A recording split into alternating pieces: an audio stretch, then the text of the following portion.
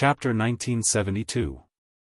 There were many affiliated universities near the University of Electronic Science and Technology of China, such as Jiangqing Normal University, Jiangqing Medical College, and so on. The University of Electronic Science and Technology of China was just one of the many universities. The area near Jiangqing was a university town. That was to say, there were more than a dozen closely connected universities nearby. The more universities near the university town, the more students there would be. With more students, the expenses of the students would also increase. The economic development here would also be fast. Therefore, in this area, the economic development was very good, and the city's jurisdiction was also very good. And there was a gunfight nearby, which meant that Yun Jian didn't think much about it. Mo Bufan walked over and asked her again in a gentlemanly tone, "Junior, what's wrong with you?" At this time, Yun Jian had already stood up. "Yun Jian, is there something on the ground?" Zhu Huili also came over to take a look and asked in confusion. "What can there be? Maybe she just wants to attract our president's attention." As soon as Zhu Huili finished speaking, a girl said coldly, "That's right. She even wants to take the position of president of our martial arts club. Can she afford it? It's not like he's that good. What's there to be proud of?" Another girl added. "Stop talking." Mo Bufan listened to these girls chattering endlessly and felt irritated enough. He knitted his brows and stopped these girls from chattering. After a pause, Mo Bufan turned to look at Yun Jian and spoke to her as well as everyone else around them. "You're the only one who's going to die. I took the position of president of the martial arts club because I want to lead everyone and make the martial arts club develop better. If you can take the position of president, or if anyone here can take the position of president, I, Mo Bufan, can give up the position of president of the martial arts club to you. Of course, the premise of all this is that the martial arts club must be better in your hands than in my hands." Mo Bufan focused on martial arts. After going to university, he opened the martial arts club. He didn't want to develop the martial arts club into an intermediary for boys and girls to get to know each other. He wanted the martial arts club to flourish. The meaning of these words was very clear. If Yun Jian could bring out the strength, Mo Bufan would agree to Yun Jian's request and give her the position of president. "That's what you said." Yun Jian's eyes suddenly narrowed. Her impression of this person called Mo Bufan instantly rose. The favorable impression here had nothing to do with the ambiguity between a man and a woman. It was purely a degree of appreciation for a person. Mo Bufan's group also wanted to go to the swing bar. Mo Bufan and brother Kai were actually good brothers who grew up together. Yun Jian only found out about this after she walked into the large private room of the swing bar with a group of people. It was not hard to see that Mo Bufan's family background was good. Brother Kai's family background was so good that the gifts he usually gave girls were gold necklaces, silver rings and other luxurious items. Mo Bufan and brother Kai were good brothers who grew up together, so their family background naturally couldn't be bad. Birds of a feather flock together. Otherwise, they wouldn't have known each other since they were young. There were large private rooms in the swing bar, but the private rooms in the bar were more expensive. The private rooms were also equipped with karaoke equipment and facilities. As soon as Yun Jian, Mo Bufan and the other members of the martial arts club entered the large private room, they heard brother Kai and the others holding a microphone and singing crazily in front of the big screen of karaoke. The karaoke at that time was similar to the karaoke of today. The atmosphere in the room reached its climax. Everyone followed the beat and sang with brother Kai. No one noticed Yun Jian. At this time, Yun Jian saw Ma Xiao in the corner. He put his notebook on his lap and waved to Yun Jian. Yun Jian walked over. "Boss, hurry up and teach me how to make the strongest new defense system." Ma Xiao seemed to have picked up a big opportunity. He handed his notebook to Yun Jian and looked at her expectantly. Yun Jian took Ma Xiao's notebook, paused, and then added, "I'll help you strengthen the defense system and deduct 3 months of your salary." After Yun Jian said that, Ma Xiao looked at Yun Jian in pain and begged, "Don't do that, boss. 3 months of salary, I'll have to eat the northwest wind. No hacker in the world can break the defense system I set up. Isn't it worth it to deduct 3 months of your salary?" Yun Jian glared at Ma Xiao. Okay. You're the boss. You have the final say." Ma Xiao covered his face and nodded. Yun Jian smiled and put her hands on the notebook keyboard. However, before Yun Jian could operate the brand new defense system that Matthew was halfway through setting up, a female voice rang out at the wrong time with deliberate words. "Hey, she knows how to operate a computer. Everyone, look." The girl who spoke was called Lan Yi. Lan Yi was the one who insulted Yun Jian in the self-study room to please Brother Kai. Brother Kai warned Lan Yi because she insulted Yun Jian in the self-study room. Lan Yi was a very vengeful person, so she hated Yun Jian. Yun Jian walked to Ma Xiao's side and took the notebook from him. Lan Yi saw it. Yun Jian knows how to use a notebook. Lan Yi didn't believe it. At this time, Lan Yi was holding a microphone and singing with a boy. However, she stopped abruptly in the middle of her song and drew everyone's attention to Yun Jian with the microphone in her hand. Didn't she deliberately pretend to be very good in the self-study room? Fine, then I, Lan Yi, will let Yun Jian be good to the end. A. Chapter 1973. Lan Yi held the microphone and put her mouth to the microphone. Her voice was transmitted through the microphone to the speakers and amplified to the ears of everyone present. Therefore, no matter how loud the karaoke sound system was, no matter how noisy the people around were, they could still hear Lan Yi's words. At the same time, they looked at Yun Jian and Matthew, who had deliberately hidden themselves in the corner. Seeing that everyone had turned to look at Yun Jian and Matthew, Lan Yi smirked at Yun Jian, who was sitting in the corner. Lan Yi thought that Yun Jian knew Matthew and wanted Matthew to secretly teach her how to use the computer. Then, she could show off her computer skills in front of everyone. Therefore, Lan Yi attracted everyone's attention to Yun Jian. She wanted to embarrass Yun Jian in front of everyone. It had to be said that Lan Yi's thoughts belonged to the mentality of a normal young girl. Young girls would always feel a little jealous when they saw girls who were more outstanding than them or girls who were better than them. However, some girls would spread their jealousy, some would deliberately hurt others, and some would just silently hide their jealousy in their hearts.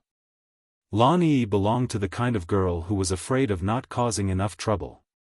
Yun Jian didn't pay attention to her before, but Lan Yi thought that Yun Jian was indirectly provoking her. Without a doubt, Lan Yi's goal was achieved. Everyone turned to look at Yun Jian. Lan Yi's smile became even more obvious. Yun Jian had just put her hands on the laptop keyboard when she heard Lan Yi's words. Her eyes flashed sharply. The people around her had already turned to look at her. Wow, Junior, you just came to university and you already know how to use a computer? Amazing. Zhou Huntao was the first to walk over and look at Yun Jian. Most of the people present were computer science students. The freshmen who had just entered the university this semester were generally still practicing how to turn on and off a computer. Computers in this era had just started. In 2000, the electronic technology in Z country would soar at the speed of a rocket in a short period of time. Many of the students present had never touched a computer. Yun Jian was a freshman. Everyone thought that she had never touched a computer before. Some of the sophomores and juniors present had already taken computer classes and had a certain understanding of computers. Although they were not new to it, they did not have a deep understanding of it. Yun Jian, a freshman, actually knows how to use a laptop. When everyone saw this, they all turned to look at him. She's a busybody. You've been acting up since just now. I think she's trying to attract our president's attention. His trick of loosening the reins only to grasp them better is really impressive. The girl from the martial arts club who had met Yun Jian on the way couldn't help but say such harsh words. This girl is so annoying. Keep showing off. I feel like she doesn't have any ability at all. You only know how to put on an act. So annoying. Exactly. Yun Jian had previously made everyone feel that she was very strong, but they didn't know which part of her was strong. Because of this, she attracted the attention of Mo Bufan and Brother Kai, who were held at the peak by the girls. Therefore, the girls were jealous of Yun Jian. At this moment, they all started to grumble. Zhou Huntao, who heard this, also felt quite awkward. Mo Bufan frowned. He felt that girls shouldn't have such hostility towards other girls. Mo Bufan was just about to say something when he saw that Yun Jian didn't care about the girl's hostility towards her at all. She also didn't care that Lan Yi had attracted everyone's attention to her just now. Since she was seen, Yun Jian, who didn't want to be high profile, was helpless. She only smiled coldly. In the next second, in front of everyone, Yun Jian's slender fingers on the laptop keyboard started tapping. Everyone saw that on the laptop screen on Yun Jian's lap, a series of system programs that no one could understand started flashing at the speed of light. Yun Jian didn't even need to look at the keyboard to be able to feel the keys on the keyboard. This speed of operating a computer was something that couldn't be done without a few years of computer operating skills. Even if they didn't understand what Yun Jian was operating, when they saw this scene, everyone was slightly shocked and widened their eyes. She knows how to use a computer. Moreover, as a freshman, he could operate the computer so smoothly. Even the seniors in their third and fourth years who had been learning how to operate computers for 3 to 4 years couldn't do it. However, just as Lan Yi and the surrounding people were stunned, they saw Matthew, who was sitting next to Yun Jian, looking at the laptop screen excitedly. In front of everyone, he shouted at Yun Jian. "You're indeed a boss. Why didn't I think of it? Using this set of procedures to set up the program is the most effective way to defend against other hackers' intrusion. Boss, you're too amazing. I'm sure that in this world, other than you, there are no hackers who can break through the defense system of our company's technical department. Ha! Boss, you're indeed the #1 person in our hacker circle, eh?" Chapter 1974. Although Matthew was only in his 40s, being able to sit in the position of the head of the Rongyao Company's technical department at his age was already very impressive. Matthew's age and his current position could scare a large number of international elites to death. The temperament that Matthew exuded from his bones was that of an old urchin. Some people were still young, but their hearts were already old, and their actions were no different from that of an old urchin's. This was referring to Matthew. Although Matthew's strength could not be denied, his behavior was sometimes really out of his control. For example, just now, outsiders did not know what Yun Jian was doing. They only knew that Yun Jian's operation was particularly amazing. However, Matthew knew that Yun Jian was setting up the defense system of the Rongyao Company's technical department, and the defense system she set up had 0 loopholes. The possibility of outsiders finding a flaw in the defense system was equivalent to 0. This was simply a miracle in the world. At least, people like Matthew were completely shocked when they saw this. Matthew's temperament was like an old urchin's.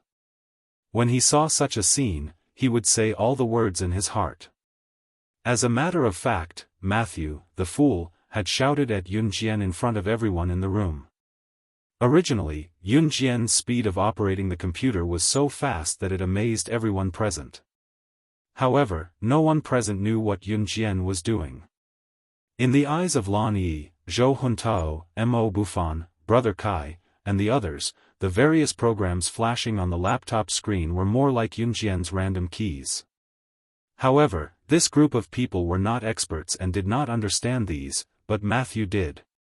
With Matthew's roar, everyone understood what was going on. After hearing Matthew's words, everyone was in a trance for a moment and was stunned on the spot.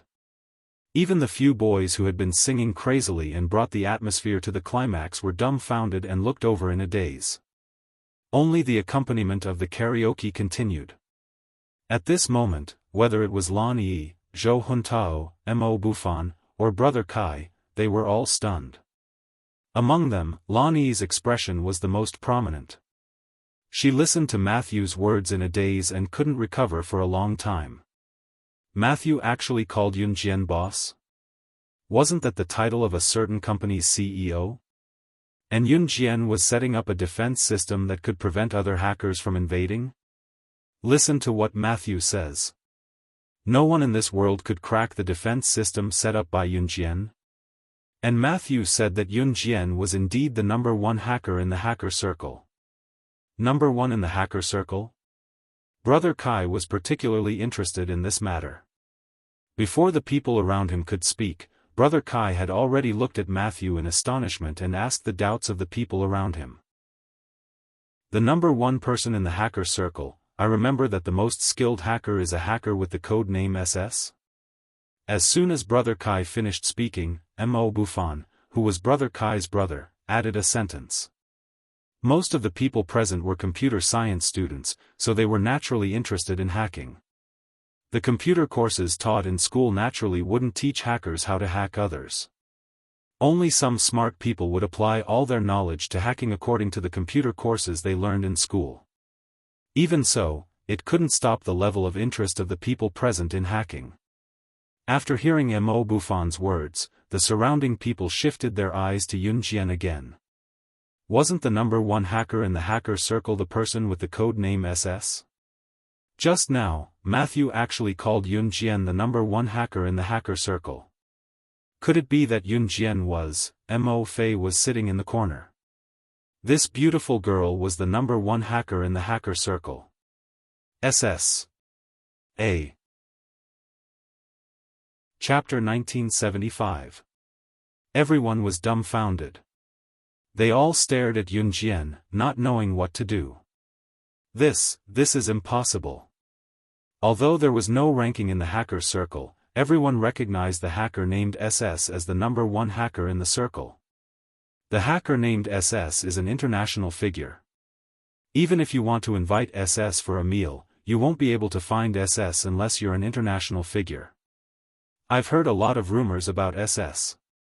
It's because of SS that I came to the University of Electronic Science and Technology of China to study computer science. I know SS better than most of you. SS is impossible. It can't be her. Lan Yi was scared out of her wits. She pointed her finger at Yun Jian and shook her head in disbelief. Absolutely impossible.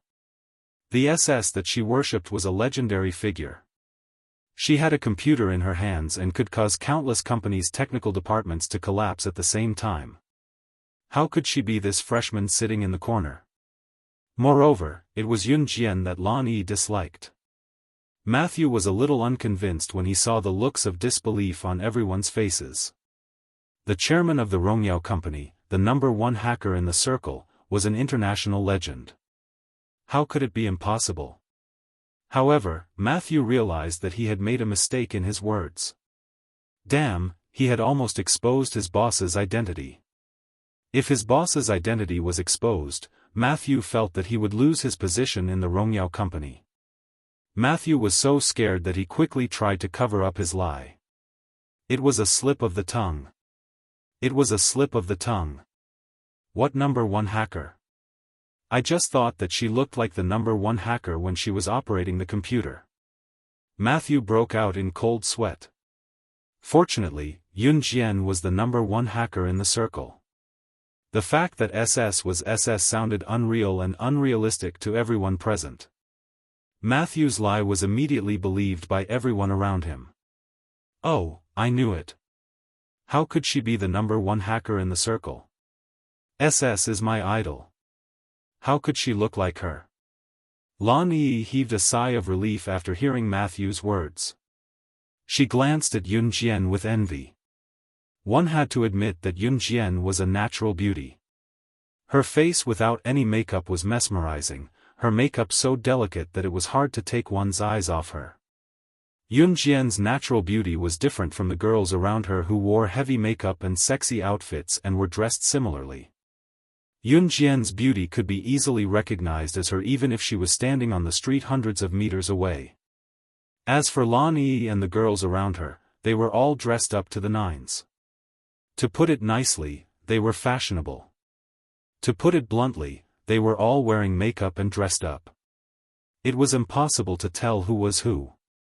They did not have the slightest bit of uniqueness that belonged to them. It was fine if you were outstanding, but when you were outstanding to a certain extent, a realm that others could not reach, then you were finished, because you would become the public enemy. Yun Jian's beauty was something that all the girls wanted but could never achieve. Therefore, Lan Yi and the others didn't like Yun Jian, let alone Yun Jian who was so outstanding. However, Yun Jian didn't care about what the people around her were saying or doing. Her fingers nimbly operated on the keyboard of the laptop. The data of the defense system on the laptop screen was flashing at the speed of light, and it even made a DDD sound. After about 10 minutes of operation, Yun Jian closed the laptop and tossed it to Matthew, telling him openly in front of everyone, "I'm not going to lie. I have strengthened the defense system for you by 50 times. The system is complete. You can use it when you take it back. Remember to report to the finance department that you have deducted 3 months of salary. Don't feel like you've lost money. The market price of the simplest defense system I made is 100 million yuan. The one I made for you is an enhanced version. You should pay me, a." Chapter 1976. Everyone around was led by Lan Yi to look at Yun Jian. They had been discussing Yun Jian since the beginning. However, ever since Yun Jian put her hand on the laptop, she ignored Lan Yi and the others. She continued to do what she needed to do. She only spoke after she was done. Yun Jian was able to keep her composure. She was not influenced by Lan Yi and the others who had bad intentions. This made Mo Bufan look at her in a new light. At the same time, Mo Bufan's view of Yun Jian was also a little more appreciative. This girl was really suitable to be a leader. Perhaps if he handed the martial arts society over to her, he could really reach a level that he could never reach if he led the martial arts society. Mo Bufan's goal was to further develop the martial arts society. He did not care who was the president of the martial arts society. What he cared about was that the president of the martial arts society could lead everyone to a higher and more outstanding place. Moreover, Mo Bufan's original intention was to carry forward the martial arts society. Therefore, if there was such a person who could replace him to lead the martial arts society to a higher position, then Mo Bufan was willing to give up his position as the president of the martial arts society. Just now, Mo Bufan had sensed the aura of a leader from Yun Jian's aura. It was the air of a leader. Just as Mo Bufan was thinking of this, Lan Yi's surprised voice suddenly sounded again, "What? The market price of the simplest defense system you made is 100 million? Are you kidding us?" Lan Yi's words resounded throughout the audience. Hearing this, everyone present was in a trance for a moment.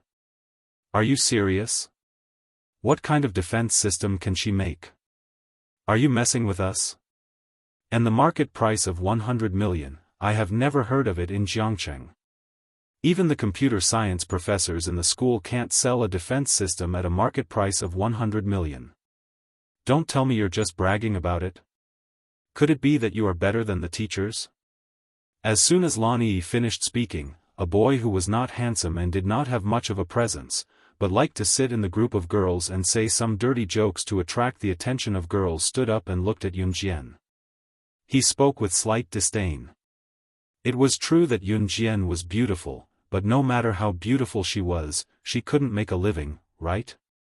Boys also wanted their own face. To a boy, a girl should be smart and beautiful.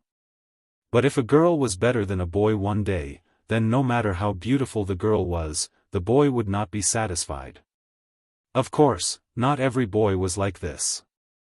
But at least the boy who spoke up now felt that Yun Jian was too domineering. He couldn't stand it, so he retorted. Zhou Zheng, she is someone that Master Matthew knows. How can the teachers in the school compare with her? Brother Kai, who didn't say a word just now, suddenly spoke to the boy. Obviously, this boy's name was Zhou Zheng, and he usually hung out with Brother Kai and the others. To be honest, although Brother Kai was a rich second-generation heir, he was not very handsome. He was not very tall, but he was not short either. When necessary, Brother Kai would still stand up and say a few words of justice. This surprised Yun Jian. However, Yun Jian did not show her surprise on her face. Okay, let's sing. She is someone that Master Matthew knows. How can she be bad? Brother Kai waved to the crowd.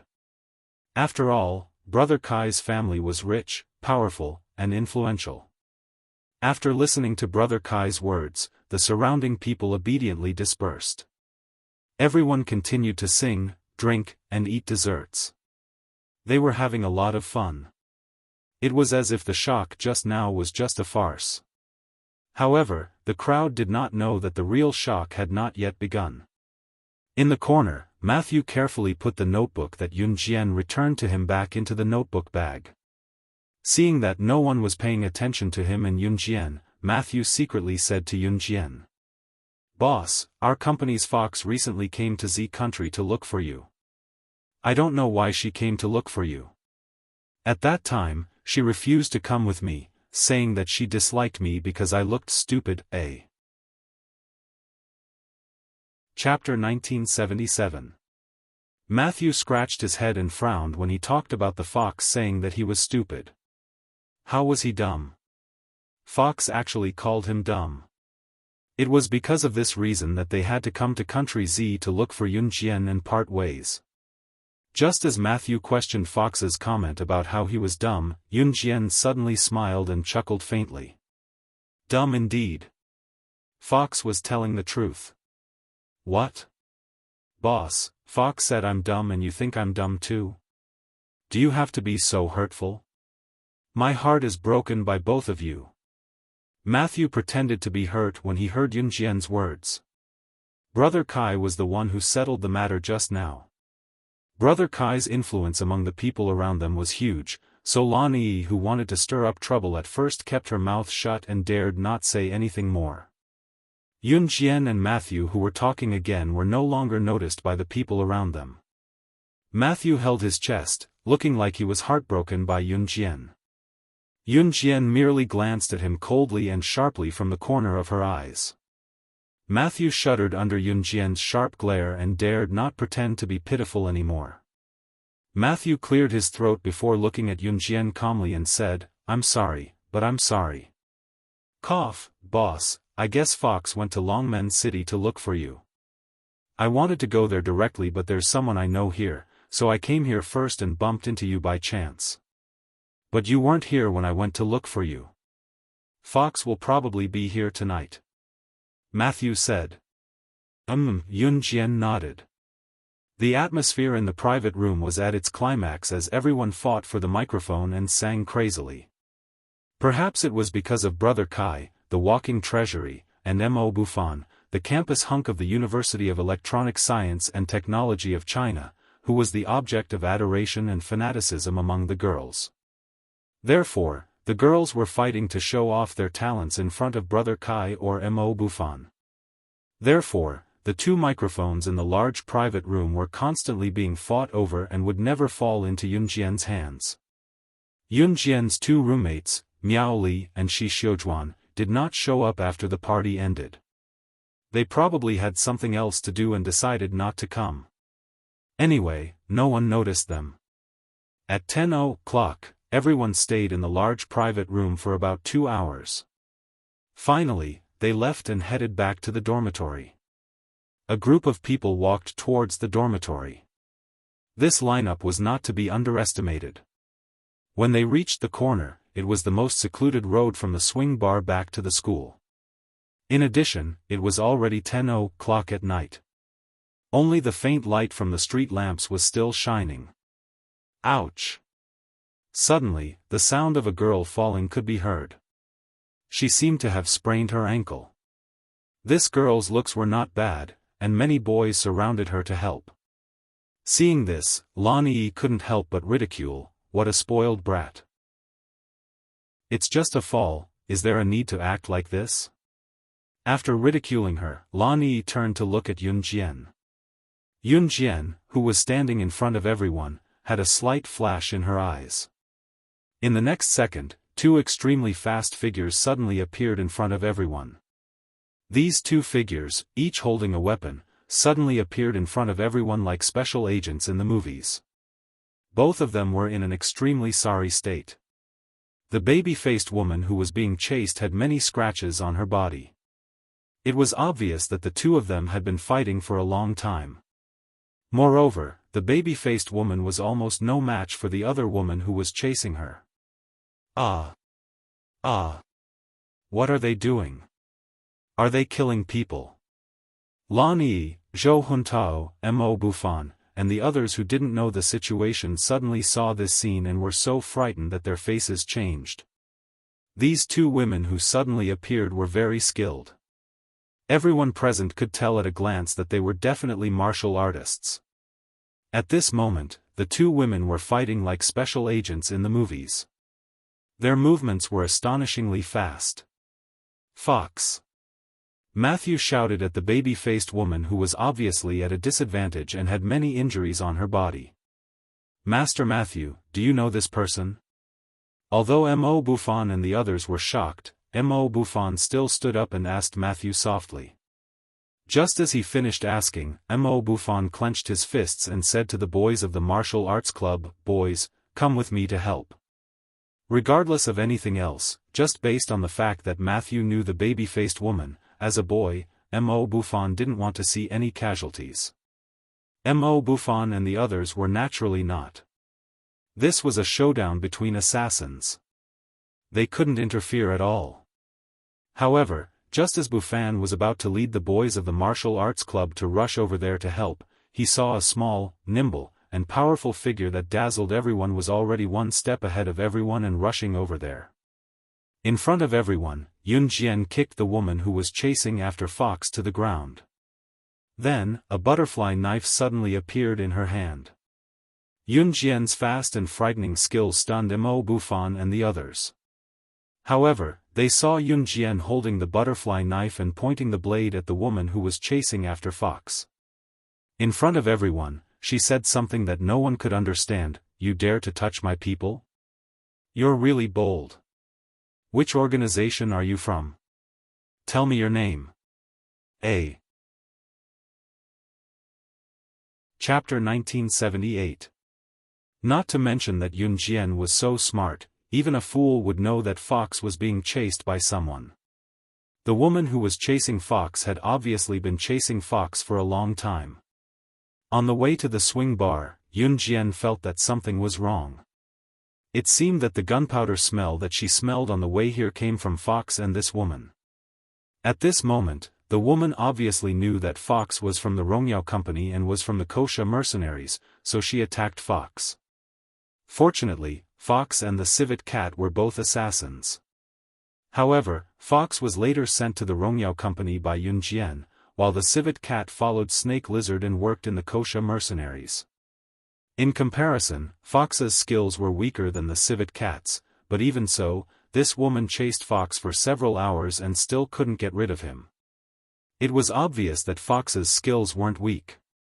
At this moment, after Yun Jian kicked the woman to the ground, the sound of her questioning the woman with the butterfly knife in her hand spread throughout the venue.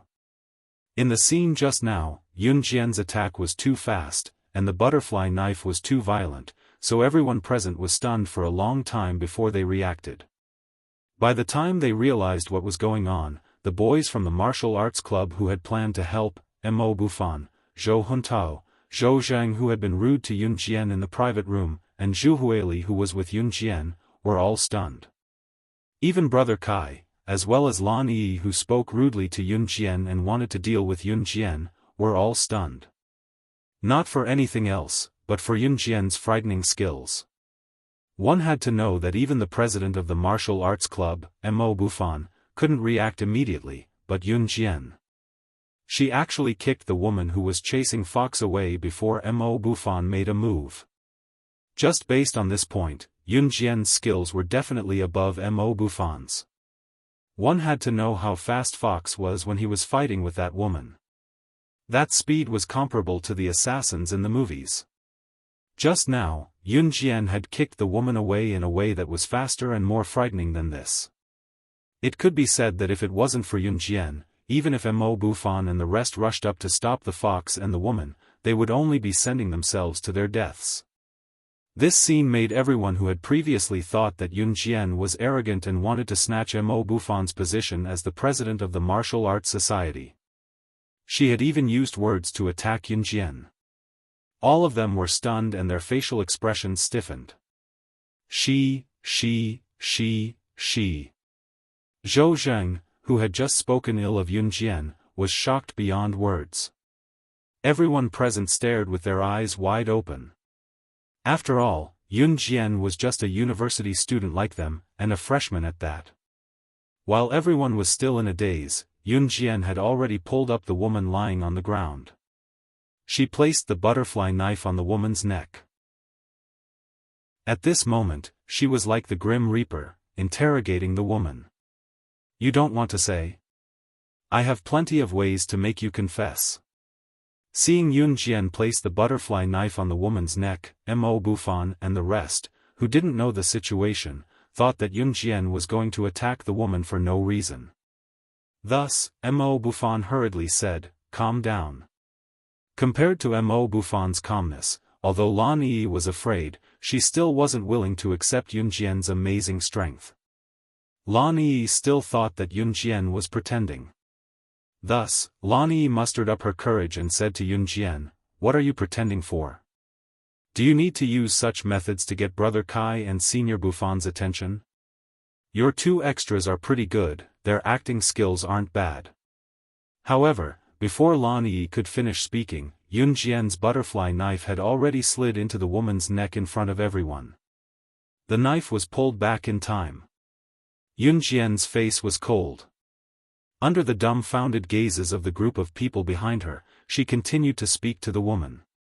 This time, she had already confirmed the woman's identity. Reverse Emperor's organization, right? I haven't done anything to Reverse Emperor's organization yet, and you guys came to me first. Are you in a hurry to die? Chapter 1979.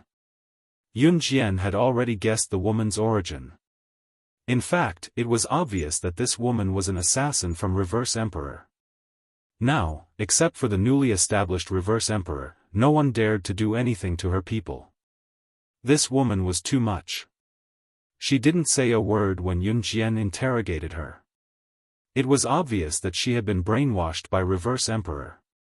At this moment, the butterfly knife in Yun Jian's hand had already cut the woman's neck.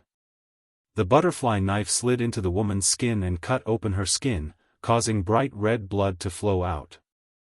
The woman was suppressed by Yun Jian and couldn't resist at all. Lan Yi, who insisted that Yun Jian deliberately found someone to act as her to attract everyone's attention, was so scared that she screamed, "Ah!" Yun Jian held the butterfly knife and was about to send the blade to the woman's neck. Wasn't she afraid of killing people? At this moment, it was impossible to say that Fox and this woman were deliberately invited by Yun Jian to act in front of everyone. How could anyone pretend to be like this? What's more, Mo Bufan clearly felt Yun Jian's strength. With her speed just now, let alone one, even 10 of him might not be a match for her. No wonder she asked to join the martial arts club and asked to be the club president. Mo Bufan's eyes flashed at this moment, and he had his own plan. Since Yun Jian had already guessed the woman's origin, she didn't want to keep her alive. But when she heard Lan Yi and the others scream, Yun Jian's eyes darkened again. The blade stopped just as it was about to slit the woman's neck. Pulling her hand back in time, Yun Jian spun the butterfly knife and retracted the blade. Folding the handles on both sides of the butterfly knife, she gripped the handles agilely and smashed them at the back of the woman's neck. The woman didn't even have a chance to resist in Yun Jian's hands and fainted.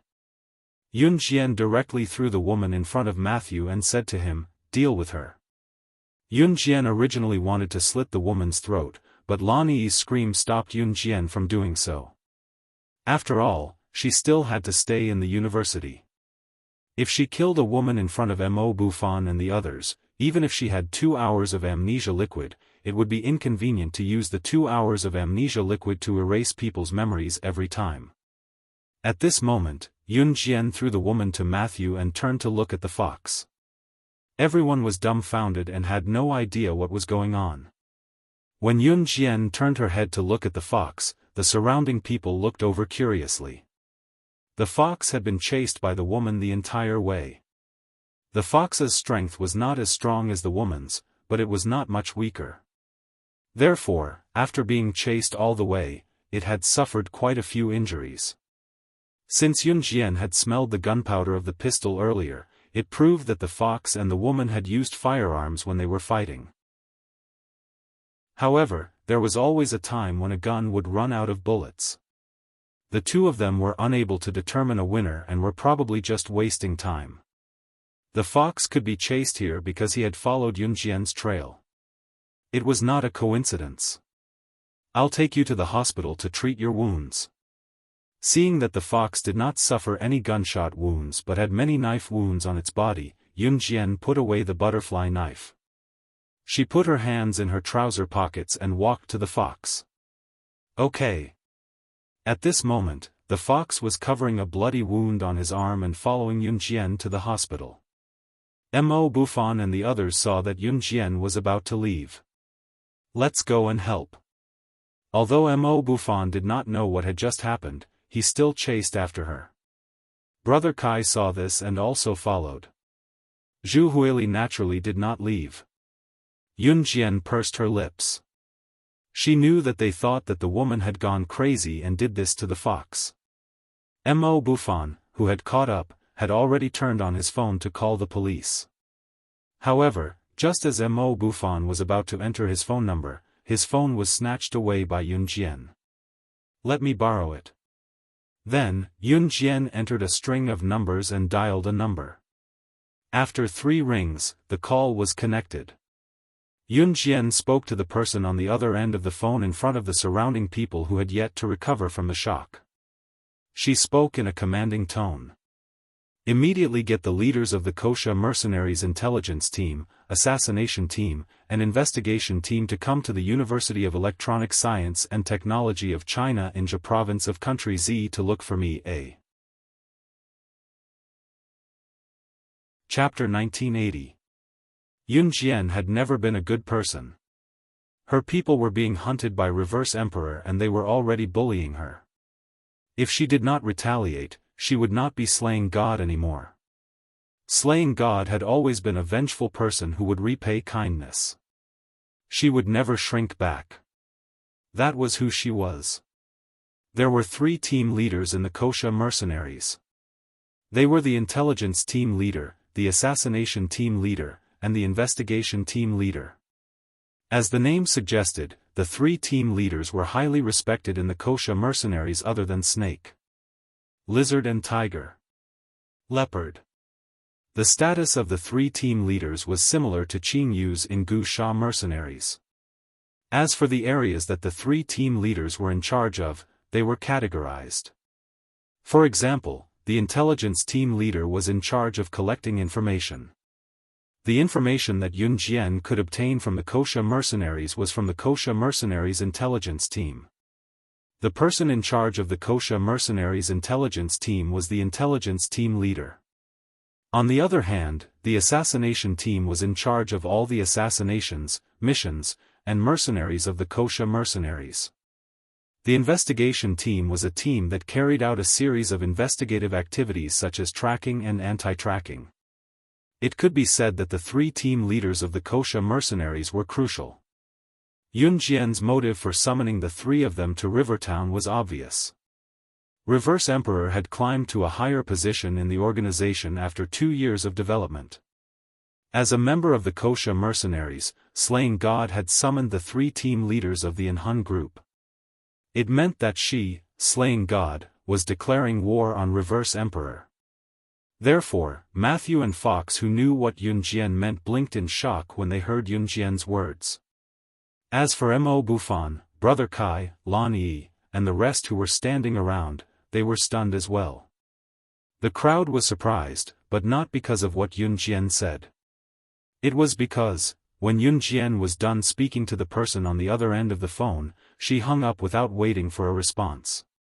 "You can actually speak a foreign language?" Zhou Huntao looked at Yun Jian and asked on behalf of everyone else in shock. Hearing Zhou Huntao's words, everyone present held their breaths and looked at Yun Jian, as if they wanted to hear Yun Jian's reply.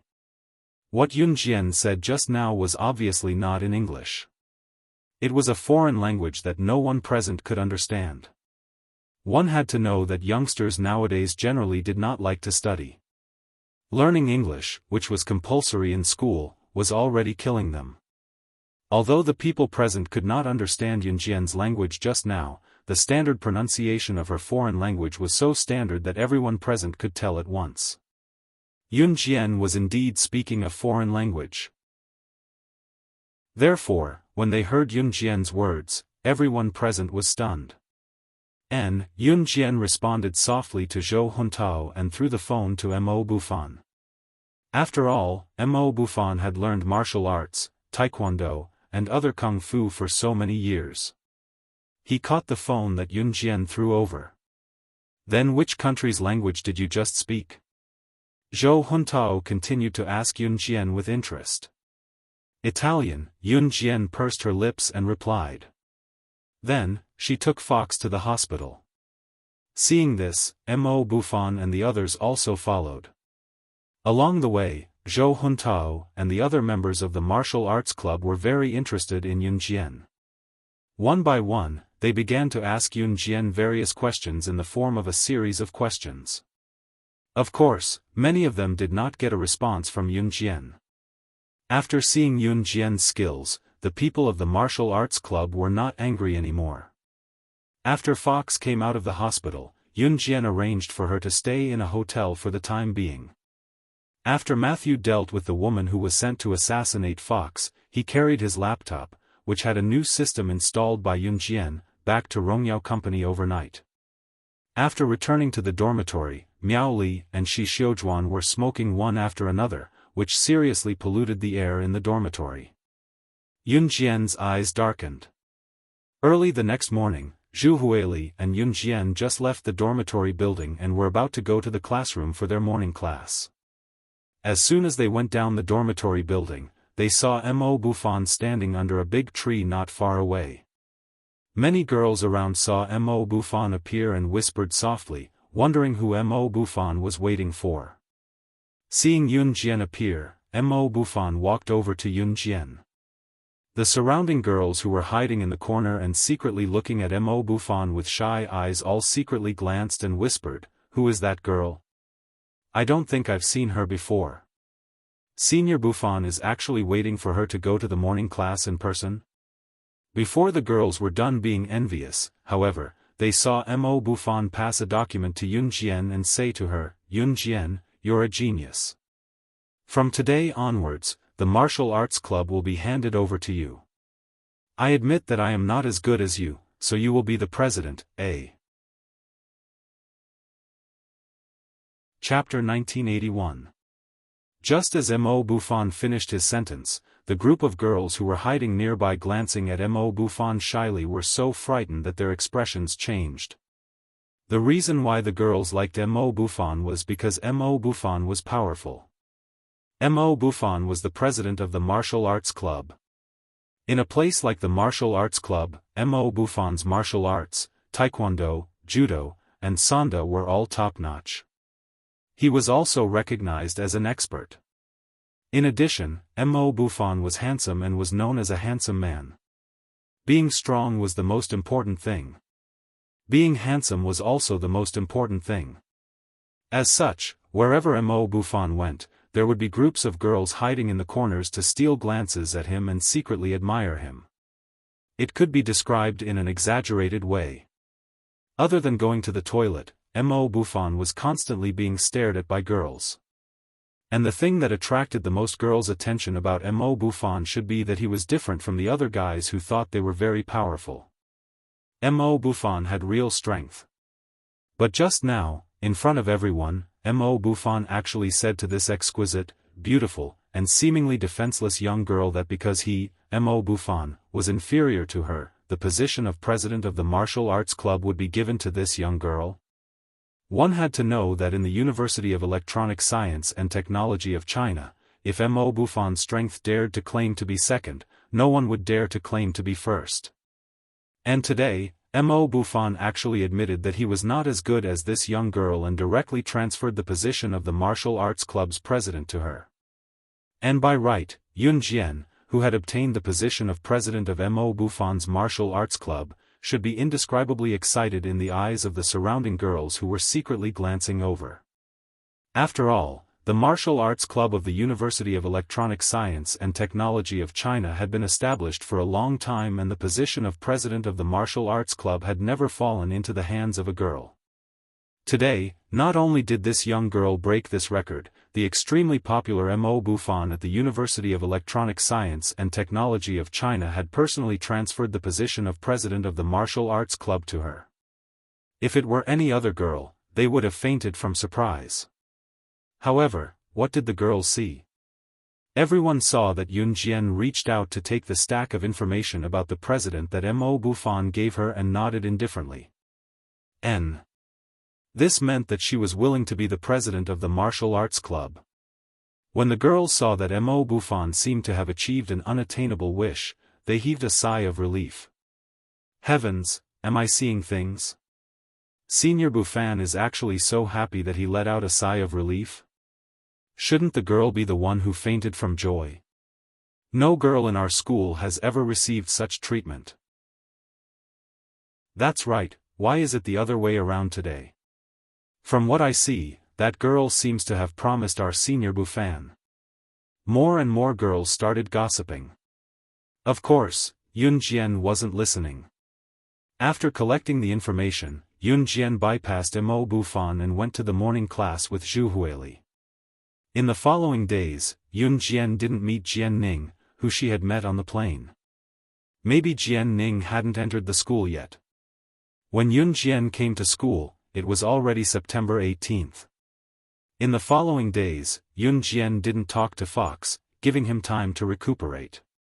The three team leaders of the Kosha mercenaries wouldn't come to Jiang City to look for Yun Jian so soon. Yun Jian didn't give any urgent orders, so the three of them naturally settled everything in the organization before heading to Jiang City. At that time, the Mid-Autumn Festival was approaching and the school had a 3-day holiday. Yun Jian and Zhu Huili dragged their suitcases and walked towards the school gate. During these few days in school, Yun Jian got up early in the morning to run. Zhu Huili also ran with her. Although Zhu Huili couldn't run fast, she worked very hard to lose weight. At the same time, the relationship between Zhu Huili and Yun Jian was gradually getting closer. Then, Yun Jian, let's part ways here, Zhu Huili told Yun Jian softly since they were taking different routes home. Yun Jian nodded and Zhu Huili turned to leave with her suitcase. Yun Jian was just about to drag her suitcase in the opposite direction when she was interrupted. Suddenly, a slender and large hand with distinct bones grabbed the suitcase for her while another large hand held her other hand. The familiar fresh scent wafted into Yun Jian's nose. In front of the passers-by on the street, the person took Yun Jian's luggage from her by hugging her from the back and held her hand easily. When the familiar handsome face appeared before Yun Jian, the thin lips under the handsome face moved slightly. Ce smiled and held Yun Jian's hand like a newlywed couple, squeezing it and saying, "Xiao Jian, I'm here to take you home, eh?" Chapter 1982. The Mid-Autumn Festival was a national holiday. Yun Jian had just packed her things today and left the school gate with Zhu Huili, heading back to their respective homes. After Zhu Huili left, Yun Jian was about to pick up her suitcase when it was taken away by Ce. Ce was holding her hand as he said what he said just now. Yun Jian's smile lifted slightly when she saw Ce. She clasped Ce large palm with her own and walked toward Ce's Lamborghini. Ce put Yunjian's suitcase in the narrow back seat of the Lamborghini.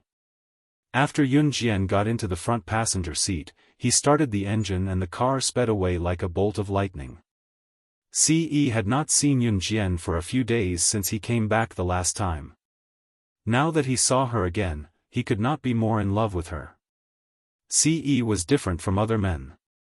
Some people said that two people would get tired of being together for a long time, especially couples who were very loving before marriage.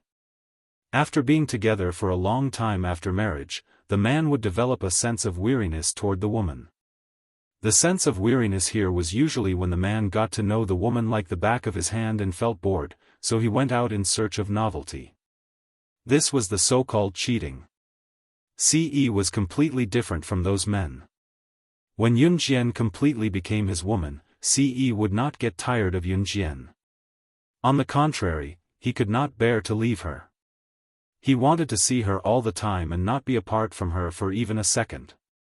Students rarely went home on weekends in university because they came from all over the country. Some of them even came from out of the province to study in university.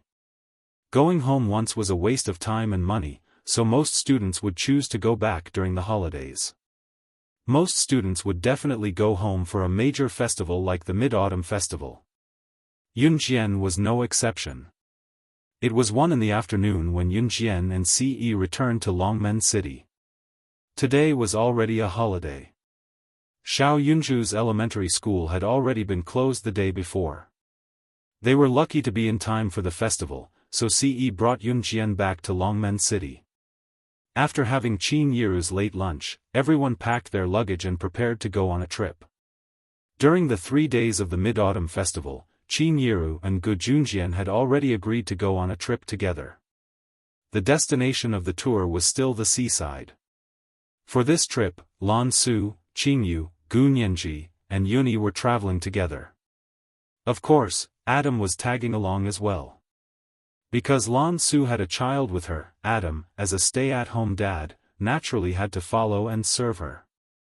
On the way there, Yunju, Duanli, and Duanya were in high spirits, singing the songs they learned from school during their excursion, cheerful and carefree. Mo Sun and Snow Eagle had already brought Luo Mei and Si Luo back to an Hun group, so it was impossible for them to be here now. At the same time, Gu Junjian drove his Jeep, Ce's Lamborghini, and Adam's sports car. It was just enough to fit everyone. The 3 cars were currently heading to Wenzhou, the nearest seaside city to Longmen City. Zhe Province, Wenzhou. Wenzhou was a coastal city located right next to the sea, so there were many seaside vacation spots. Many people who lived near the sea had also started a seaside tourism business. Gu Junjian had booked a hotel before they came.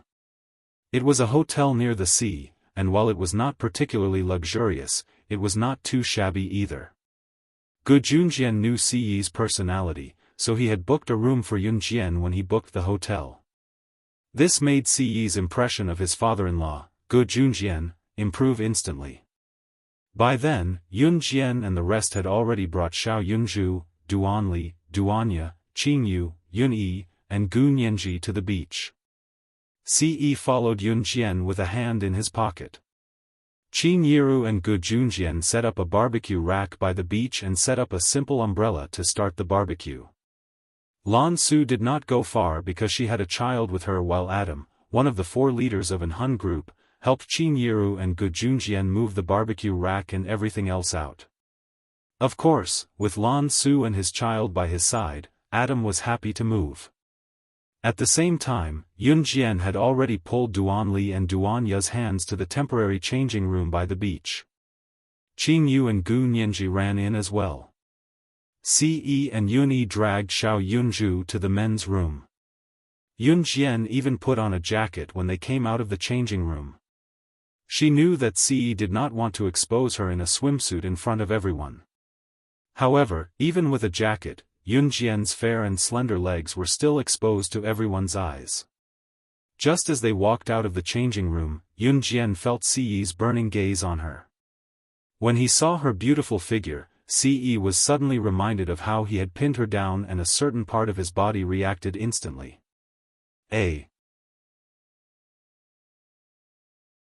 Chapter 1983. Ce did not change out of his swimming trunks nor did he take off his top. He didn't like to expose his upper body for others to see. It did not matter if Ce was conservative or petty. He could not bear to let others see his Xiao Jian and he would not let other women see him as well.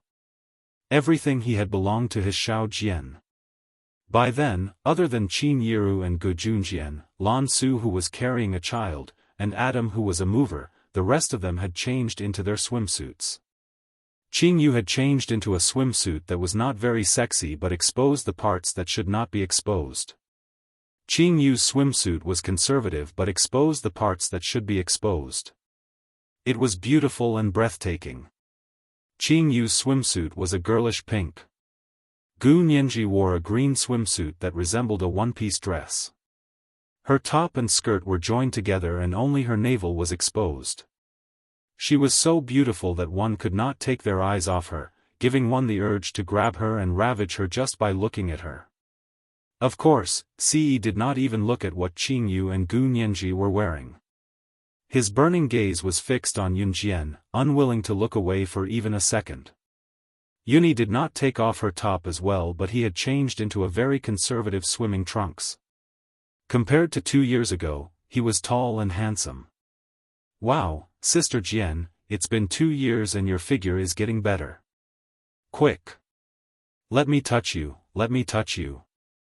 When Qing Yu came out of the changing room and saw Yun Jian with a jacket draped over her, she went to Yun Jian with a perverted expression. Her hands were cupped like chicken feet and were about to reach out to Yun Jian like pig trotters. The scariest part was that Qing Yu was saying lewd things that could be misunderstood with a cheeky grin. Ce who heard Qing Yu stared at Yun Jian. His first reaction was Yun Jian's alluring figure. Recalling that, Ce shoved Xiao Yunzhu into Yun Yi's hand before Qing Yu went over to grope Yun Jian and strode forward to grab Yun Jian's hand to walk to the beach. Ce took Yun Jian away without a word, making Qing Yu and the others chuckle slyly. Qing Yu, especially, clapped her hands when she saw Ce taking Yun Jian away and put her elbow on Gu Nianji's shoulder, giggling. "Tsk, I wasn't wrong. Sister Jian's figure looks so much better than before.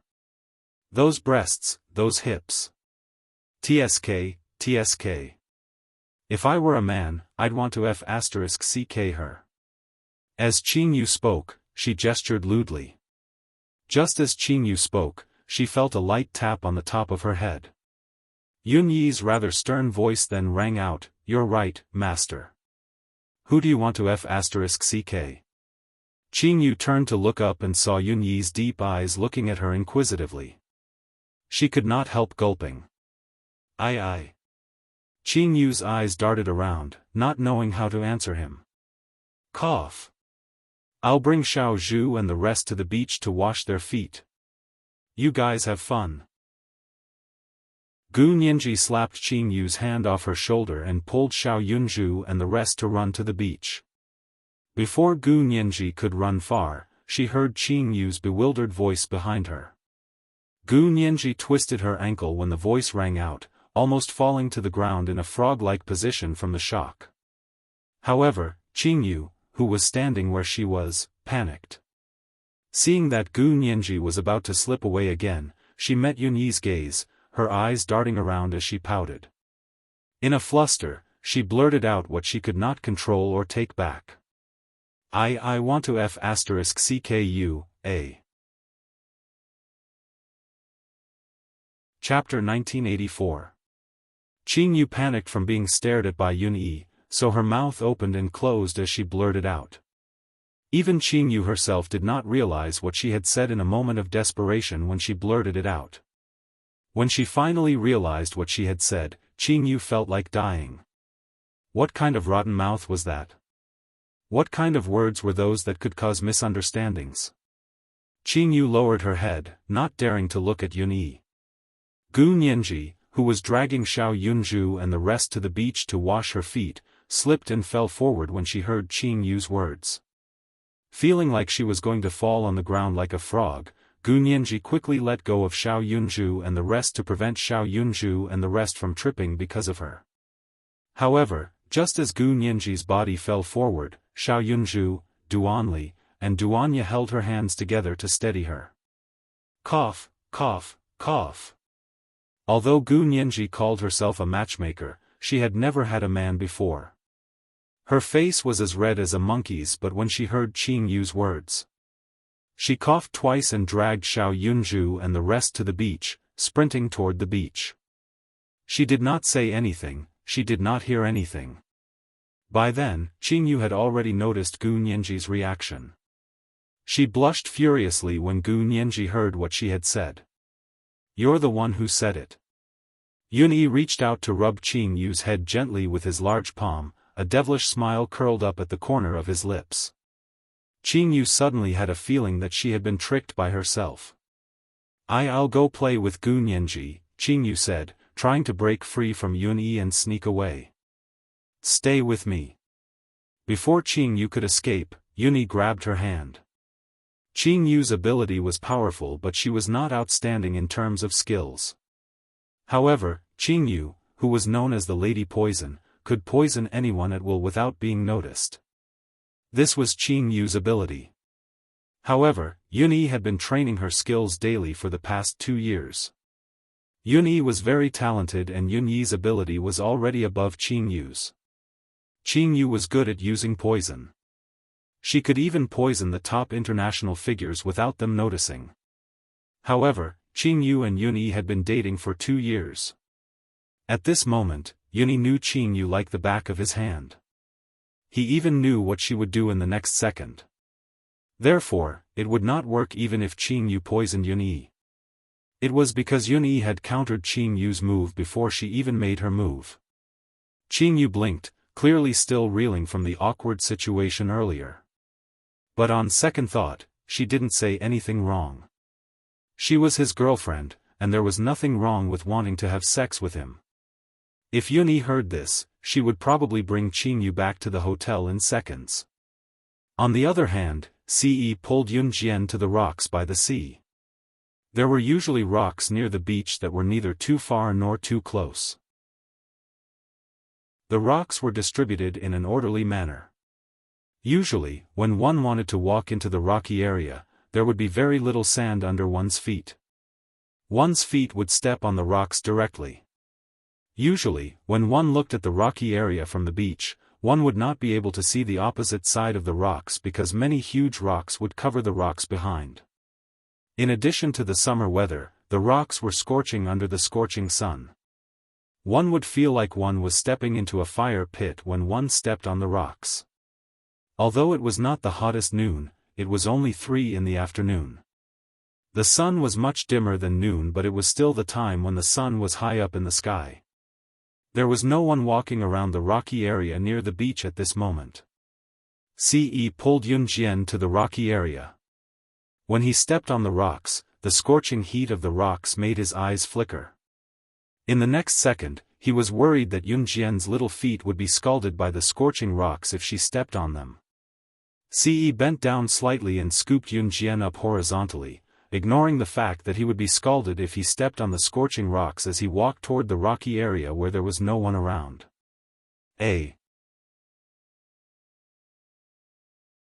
Chapter 1985.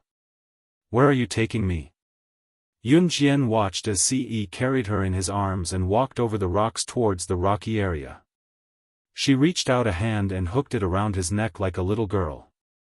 Close your eyes. Ce's thin lips moved.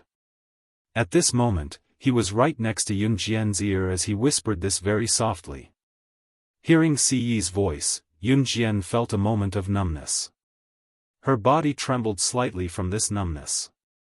Then, she hugged him with both hands and closed her eyes, allowing him to carry her as they walked. To be honest, this was the first time Yun Jian had been carried in a princess carry like this. She couldn't help but feel a trace of anticipation in her heart that she didn't know where it came from. Where was he going to take her? By the beach, the barbecue rack and parasols were already in place. Qin Yiru was skewering barbecue skewers at this moment. The children wanted to come to the beach to play, so she and Gu Junjian brought the children to the beach to play. At this moment, other than Gu Junjian and Qin Yiru, Adam and Lan Su were also sitting under the parasols by the beach. Lan Su carried the child.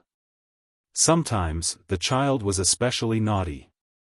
His little legs would kick around uncontrollably. The child's body was soft, so Lan Su had to constantly move around to carry the child. There was a technique to carrying a child. Some people carried a child like they were carrying a little chick. The child was also very uncomfortable being carried. The way Lan Su carried the child was taught by Qin Yiru. However, the child was especially naughty these 2 days and kept moving around. At this moment, he was nestled in Lan Su's arms and kept kicking around. Lan Su carried the child. Although the child was already more than a year old, she still felt that she wasn't used to taking care of a child. "I'll carry this little brat. You rest for a while." Adam finished moving the barbecue equipment and came over to take the mischievous Xiaofan from Lan Su's arms. Xiaofan was the name of Adam and Lan Su's child. He was already over a year old this year, and he was fair and chubby. Adam wanted to take the child from Lan Su's arms. Xiaofan, this little fellow, used all his strength to hold onto the corner of Lan Su's clothes, unwilling to let his father carry him. When Adam saw that his child was grabbing the corner of Lan Su's clothes, he suddenly felt a burst of jealousy. Once he thought about how this stinking brat had actually grown up drinking his wife's milk, Adam could bear to do it. He pulled away the little fellow's hand that was grabbing onto Lan Su's clothes, and forcefully carried the crying little fellow from Lan Su's embrace. "Be careful, you'll hurt him." When Lan Su saw this, he became anxious. "He's the one who did it," Adam said with jealousy. If this little guy wasn't his son, Adam would have already flung him to the ground. "How can you treat little Iran like this? Don't carry the child anymore, give him back to me." When Lan Su saw this, she felt a burst of heartache and reached out to take the child back from Adam. "If you don't want me to treat him like this, you have to promise me one thing." Adam lightly patted the little fellow's butt and suddenly said this. At this moment, Qin Yiru and Gu Junjian were happily standing together and talking. They skewered barbecue skewers one by one, so they didn't notice Adam and Lan Su. Taking advantage of the moment when Qin Yiru and Gu Junjian weren't paying attention, Adam suddenly stuck his head close to Lan Su's ear and whispered, "Tonight, let me drink the milk you feed this stinking brat, then I won't treat him like this." When Lan Su heard this, his face instantly turned red. Yunjian and Ce were unaware of what was going on here. Ce had already carried Yunjian into the rocky area. No one walked by the edge of the rocky area. Once they entered the area, even if someone were to cruise back and forth on the sea on a yacht, they would not be able to see the blind spots behind the large rocks. Ce carried Yunjian to a few spots in the rocky area that were covered by rocks. There was no one around. He pressed Yunjian against a large rock and bit Yunjian's ear softly. "Xiao Jian, you can open your eyes now." Just as Yunjian opened her eyes, she felt Ce pressing her against a rock in an embarrassing position. Her legs were lifted. Having spent 2 years with Ce in the sacred spring, how could Yunjian not know what Ce was thinking right now? She pushed Ce. "What are you doing? Someone will come here anytime." However, she felt Ce flip her over and was already busy. "I've checked. There's no one around. Don't you want it, Xiao Jian?" As he spoke, Ce. Chapter 1986. It was a sunny afternoon. In broad daylight, in the blind spot of the rock, where no one could see, Ce did something shameful to Yunjian. When Ce did that to Yunjian, neither of them took off their clothes. Because they were outdoors and the beach was nearby, Yunjian didn't dare to scream. She could only hold on to Ce's clothes tightly and let Ce do whatever he wanted to her. She had to admit that Ce had become more and more daring ever since they started having sex 2 years ago. He actually dared to pull her to the beach. In the end, Ce couldn't control himself and directly sent his savings into her body. Yunjian hurriedly pushed him away. Don't get pregnant. It was too late. It was already over. In the past 2 years in the Holy Spring, Ce had always wanted to do shameful things to her. However, there were no safety measures in the Holy Spring, so he had always held back and backed out at the last moment.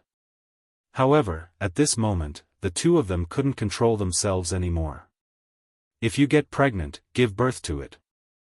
After Ce helped Yunjian tidy up her clothes, he hugged Yunjian, who was blushing and didn't dare to look at him. Yunjian had indeed enjoyed it just now. Although it was very shameful, Ce had always been the one in control. He was the one who wanted to do it. When she thought of this, Yunjian's shame disappeared. Pushing Ce, Yunjian said, "My legs are wobbly. I'll carry you back." With that, Ce was about to carry Yunjian horizontally. Don't go back now.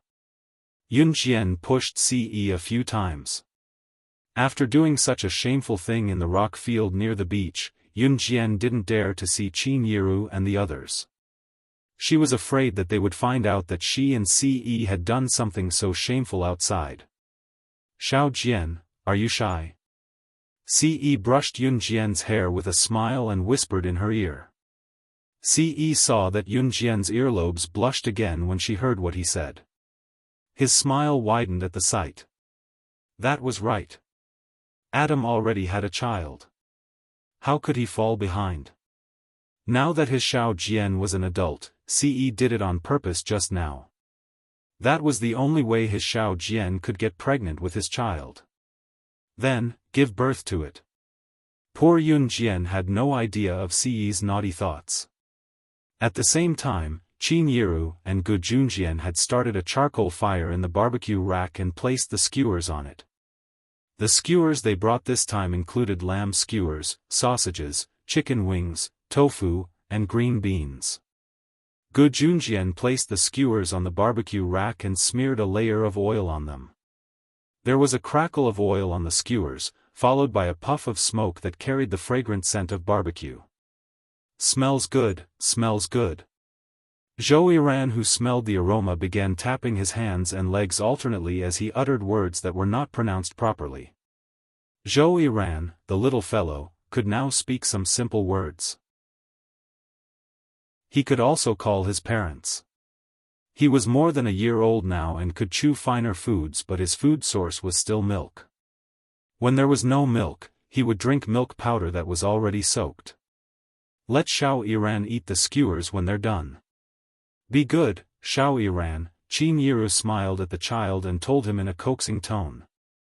There was no telling if the little guy understood what she said, but he grinned suddenly, his arms and legs bouncing up and down even more energetically. When the skewers were almost done, Yunjian and Ce came back as well. Gu Nianji had also come back with Xiao Yunzhu and the girls. She did not know where Yunyi had brought Qinyu, but when they returned, Qinyu was in high spirits. Yunjian's legs were wobbly. Sister Jian, where did you guys go just now? We couldn't find you guys. Qinyu skipped over to ask Yunjian. Yunjian blushed at the question of where she had gone. Qinyu did not notice anything amiss. Suddenly, Qinyu saw that Yunjian's fair legs were red, like they were pressed down by something heavy for a while. What Qinyu did not know was that the red marks were caused by Ce. Qinyu did not think much about it either. She looked at Yunjian's legs and asked, Sister Jian, why are you looking at your legs? Ah, Sister Jian, why is the side of your leg so red? Did you get pricked by something when you swam in the water just now?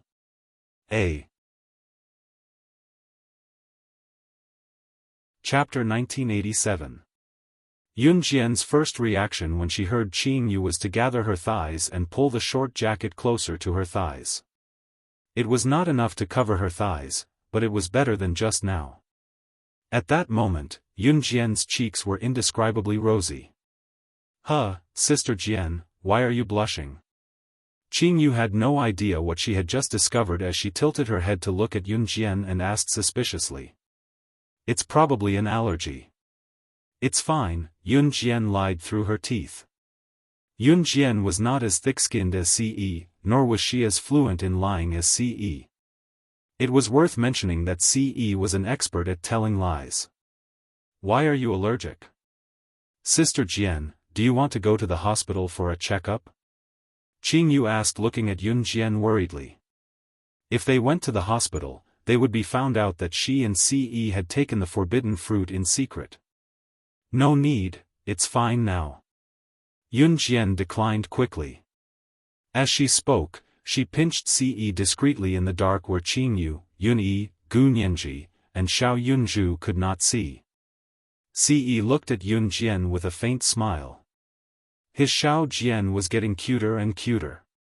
So cute that he wanted to press his Xiao Jian under him every day. Yun Jian did not know that Ce was thinking about something so embarrassing. She merely pinched Ce lightly, reluctant to pinch him too hard. "The barbecue is done. It's going to be burnt later. Come over and eat." Qing Yiru waved at Yun Jian, Ce, and the others from afar.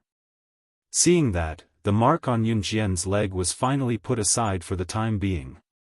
Just as Yun Jian and the others returned to the shade, Qing Yiru placed the barbecue skewers on prepared bowls and plates and passed them to Yun Jian and the others. Lan Su's child had already started eating the skewers. Of course, Lan Su dared not feed him too much. The skewers she fed him were not seasoned and were mashed into porridge before feeding him. As the father, Adam was the one who did the mashing. The child's appearance made Adam both happy and depressed. He was happy that he and Lan Su had a child of their own. Most importantly, he had a child earlier than the young masters, Lin Wei, Mo Sun, and Shuang. There was finally a first. His sperm was better than theirs. If Ce heard this, she would probably send Adam into space with a rocket. Qing Yiru's barbecue was really delicious. Yun Jian ate more than 20 skewers in one go and didn't think it was too much. Everyone ate with relish. "Tomorrow, we'll go to the island to play. Tonight, we'll play around here for a while. Tomorrow, we'll check out of the hotel and take the ferry to Xiaofan Island. Then, we'll find a hotel there to stay." Gu Junjian explained his plan as he ate. Everyone expressed that they had no objections.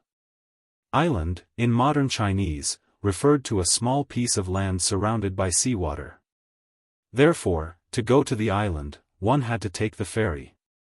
And to take the ferry, one had to go to the pier. Because there were many people traveling during the Mid-Autumn Festival, the tickets had to be bought in advance. Otherwise, one wouldn't be able to take the extra seats on the ferry. The island they were going to was called Xiaofan Island. Xiaofan Island was the largest island among the many nearby islands. At the same time, it was also the largest island in country Z. Whether it was the beaches or the scenery on Xiaofan Island, it was one of the best. It was a national tourist attraction under its jurisdiction. Since they came to Wenzhou, they had never been to Xiaofan Island. As soon as Gu Junjian arrived in Wenzhou, he had already bought the ferry tickets from the pier to Xiaofan Island. It would depart at 7 a.m. the next day. The trip didn't end after eating the barbecue. The Mid-Autumn Festival trip would officially begin the next morning.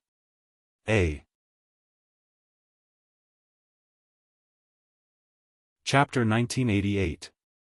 They stayed there from 3 in the afternoon to 6 in the evening. The sun in the west was already setting, and the orange afterglow was reflected on the slowly floating clouds, leaving behind a scene that seemed like the sunset had not yet set.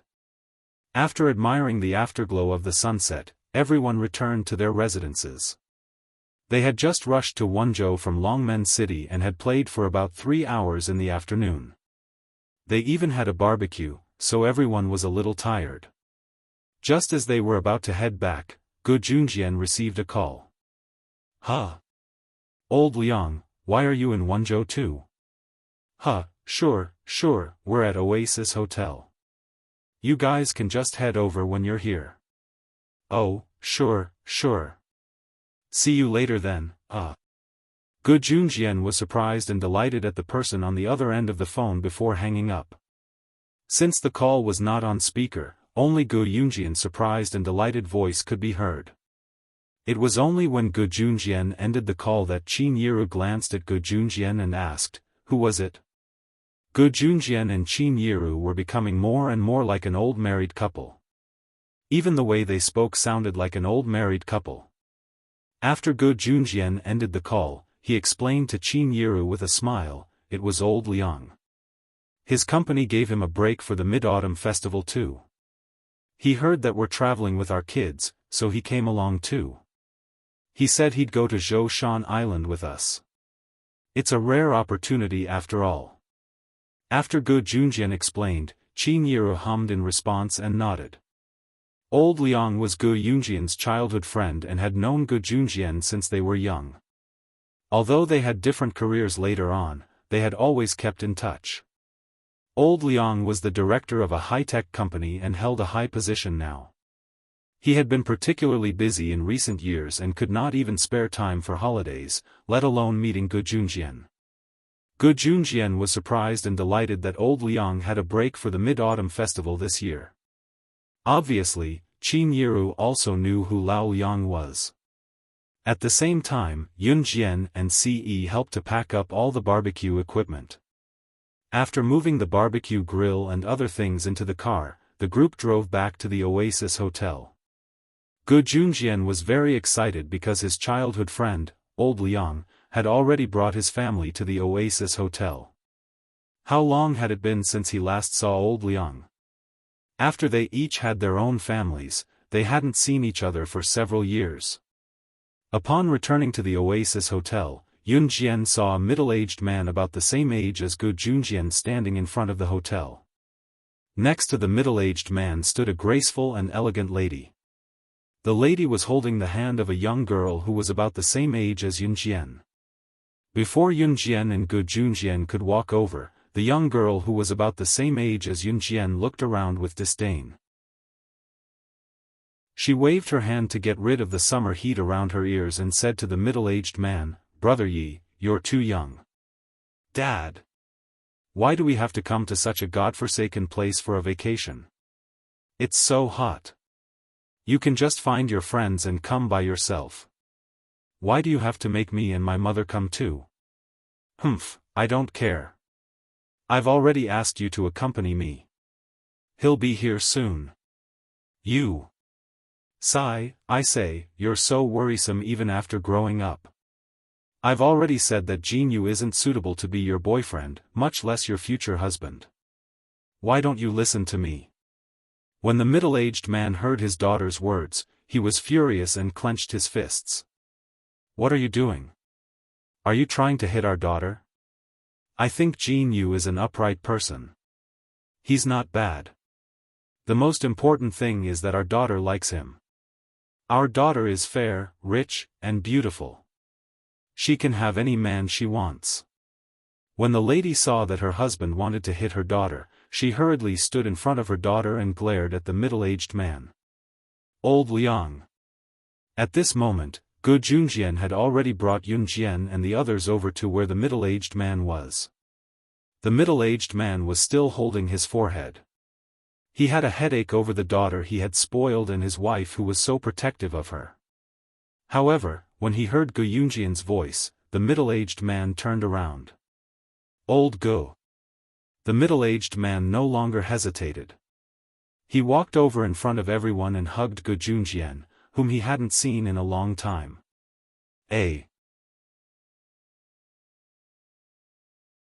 Chapter 1989. Lao Liang was the middle-aged man from earlier. The lady standing beside Lao Liang was Lao Liang's wife, Yu Yuan. Yu Yuan was born into a wealthy family. She was a match for old Liang, who was already well off to begin with. Actually, that was not the case. Lao Liang's family background was the same as Gu Yunjian's, who was born into a wealthy family. Both Lao Liang and Gu Junjian were born into wealthy families, so they could not decide on their marriage. However, Gu Yunjian's ex-wife ran away with another man, so the marriage was annulled. Lao Liang was a senior executive in his company, and his wife, Yu Yuan, was also forced on him by his parents. Yu Yuan was an unreasonable and troublemaker to begin with, so old Liang didn't like her. Lao Liang and Yu Yuan even had a daughter named Liang Xiumin. Liang Xiumin was the daughter who did not listen to Lao Liang. Her father did not agree, but Liang Xiumin insisted on having a boyfriend. This time, Liang Xiumin was forced to come to Wenzhou by Lao Liang. Liang Xiumin reluctantly called her boyfriend over. And he was almost here. Lao Liang knew that Gu Junjian was coming out to have fun, so he came over because his company was on holiday. Now that he saw his old friend, Gu Junjian, whom he had not seen for a long time, Lao Liang forgot about his daughter and walked over to hug Gu Junjian.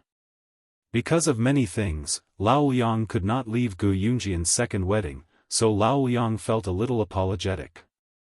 Now that he saw Qin Yiru, Lao Liang even said apologetically to her, "Sister-in-law, I did not make it to your wedding. Please forgive me." Lao Liang did not come, but he did not forget the gifts. Qin Yiru naturally remembered who was good and who was bad. Therefore, Qin Yiru also said a few words of courtesy. Other than Yu Yuan and Liang Xiumin, who did not talk to Qin Yiru or Gu Junjian, Lao Liang was very friendly. In the end, it was old Liang who forcefully introduced his daughter, Liang Xiumin, to Yun Jian. However, at that time, Liang Xiumin was at odds with her father and did not want to talk to anyone. It wasn't until Liang Xiumin's boyfriend, Jin Yu, arrived that Liang Xiumin finally opened her mouth and her bad mood improved a little. Liang Xiumin's boyfriend, Jin Yu, was dressed like a gangster. In this era, tattered pants were not popular, and boys or girls wearing tattered pants would give people the impression that they were hooligans. At this moment, Jin Yu was wearing a pair of ripped trousers, walking over from a distance with an air of arrogance. There were a few young men and women beside Jin Yu. They were dressed similarly to Jin Yu, and it was obvious that they were gangsters. When Liang Xiumin saw Jin Yu, she was still smiling. But when she saw the boys and girls beside Jin Yu, her face sank. "My dad was unhappy when he knew you were coming. Why did you bring others here?" Jin Yu's looks weren't bad, but he was a proper gigolo. "Didn't everyone want to come and have some fun? So I brought them here. We've already spent all our money on the tickets. Xiumin, we'll have to rely on you for the rest of the money." Jin Yu tricked Liang Xiumin in the dark. As he spoke, Jin Yu moved closer to Liang Xiumin and added suggestively, "I love you, so I came even though I don't have any money with me. Alright, don't be mad anymore." Yun Jian heard Jin Yu and Liang Xiumin's secret conversation. It was obvious that Jin Yu was lying to Liang Xiumin. After all, the Liang family was rich and affluent. What did that have to do with Yun Jian? As Liang Xiumin and Jin Yu spoke, Yun Jian had already returned to the hotel with Qin Yu and the others. It was 8 in the evening when Qin Yu came to ask Yun Jian out. "Sister Jian, there's a casino on the second floor of this hotel. Do you want to go play a few rounds?" Ce and Yun Yi were both called over by Gu Junjian to play chess with him and old Liang. Ce naturally agreed to his future father-in-law's invitation. Oasis Hotel was an AAA-rated National Green Hotel. The facilities in the hotel were luxurious, with hot springs, massage parlors, and more. There was even a chess room. Once Yun Jian recalled what Ce had done to her in the afternoon, she nodded and agreed to Qin Yu's request.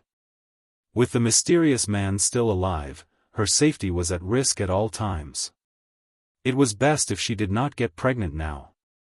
It was not that Yun Jian did not want to bear Ce a child. Therefore, while Ce was not around, Yun Jian planned to go to the pharmacy downstairs to buy an emergency morning after pill. Of course, Yun Jian dared not let Ce know that she was going to buy the pill. Yun Jian's period had been irregular for the past 2 months. She was afraid that if she really got pregnant, she would not be able to fight the mysterious man and would be a burden to Ce. Yun Jian did not think about the consequences if Ce found out about her buying the morning after pill.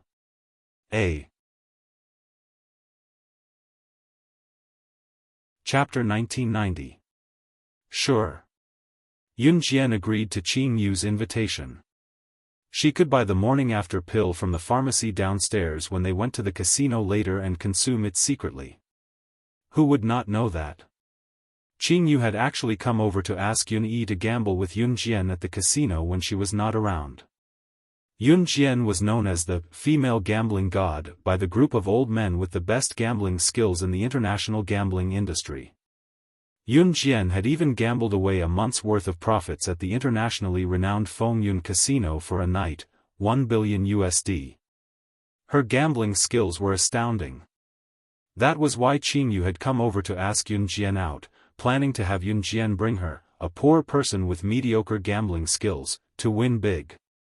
Both of them had just left the room and went down to the second floor of the hotel when they bumped into Liang Xiumin, Jin Yu, and the rest.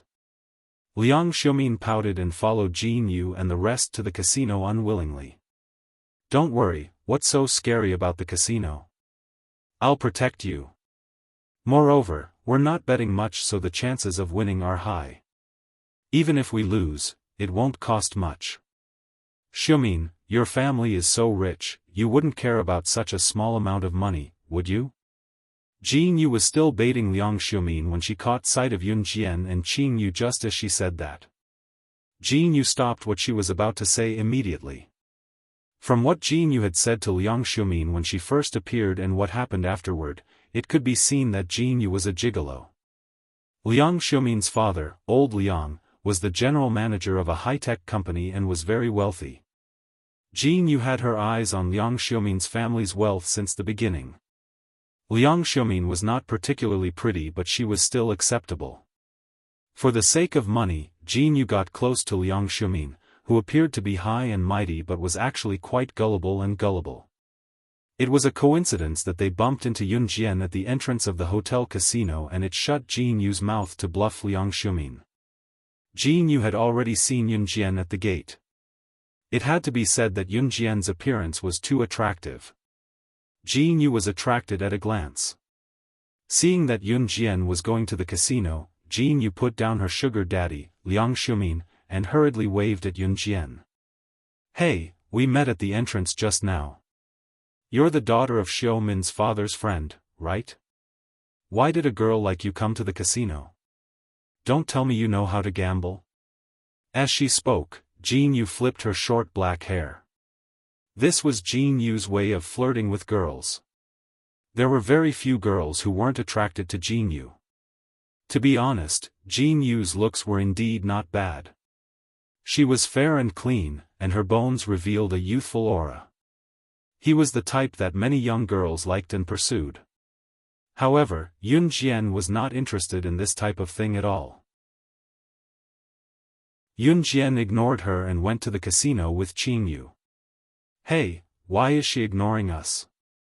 Liang Xiumin wanted to call out to Yun Jian when she saw this. Forget it. She should be the more aloof type," Jin Yu said as she stopped Liang Xiumin while watching Yun Jian walk into the casino. A few of Jin Yu's friends stood beside her. They were all gangsters like Jin Yu. Among them, a girl named Tong Liwei thought of a tall and handsome figure when she saw how Yun Jian ignored Jin Yu and walked into the casino. Tong Liwei was envious when she saw how Ce held Yun Jian's hand at the entrance earlier. She wanted to have such a handsome and outstanding boyfriend as well. Therefore, she had the urge to snatch Ce away from Yun Jian. Tong Liwei had always been someone who would act on her thoughts. Now that she saw Yun Jian walk into the casino, she could not help grumbling in front of everyone. This girl is probably from the triads. She must be someone who doesn't know how to behave if she can enter a place like this. The handsome man did not follow her, which meant that Yun Jian had snuck in. Thinking of this, Tong Liwei had the urge to catch Yun Jian's misdeeds and let Ce see Yun Jian's true colors. Ce would probably look down on Yun Jian this way. When Ce was traumatized by the breakup, she would go and comfort him. After all, young men and women would be hurt for a long time after breaking up. Then, would it not be a matter of time before she took office? Tong Liwei smirked, feeling pleased with herself for having such a thought.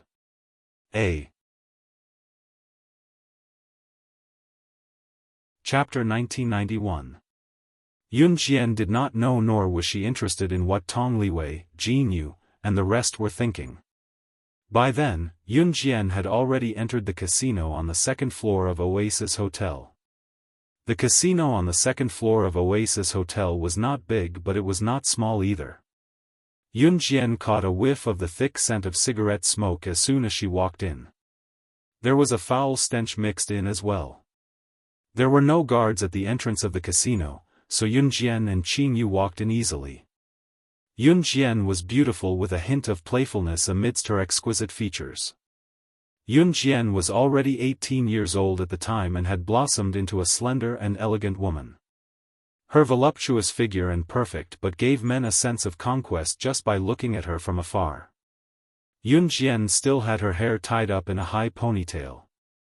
Looking from afar, she gave off the illusion that she was spirited and so beautiful that one could not take their eyes off her. Therefore, when Yun Jian walked into the casino, a few middle-aged men or bald men who were counting cards with their legs crossed or shaking wretchedly sat up straight and straightened their backs when they saw Yun Jian. Where did this woman come from? She's so pretty. She looks just like a movie star. Her skin is so soft and tender.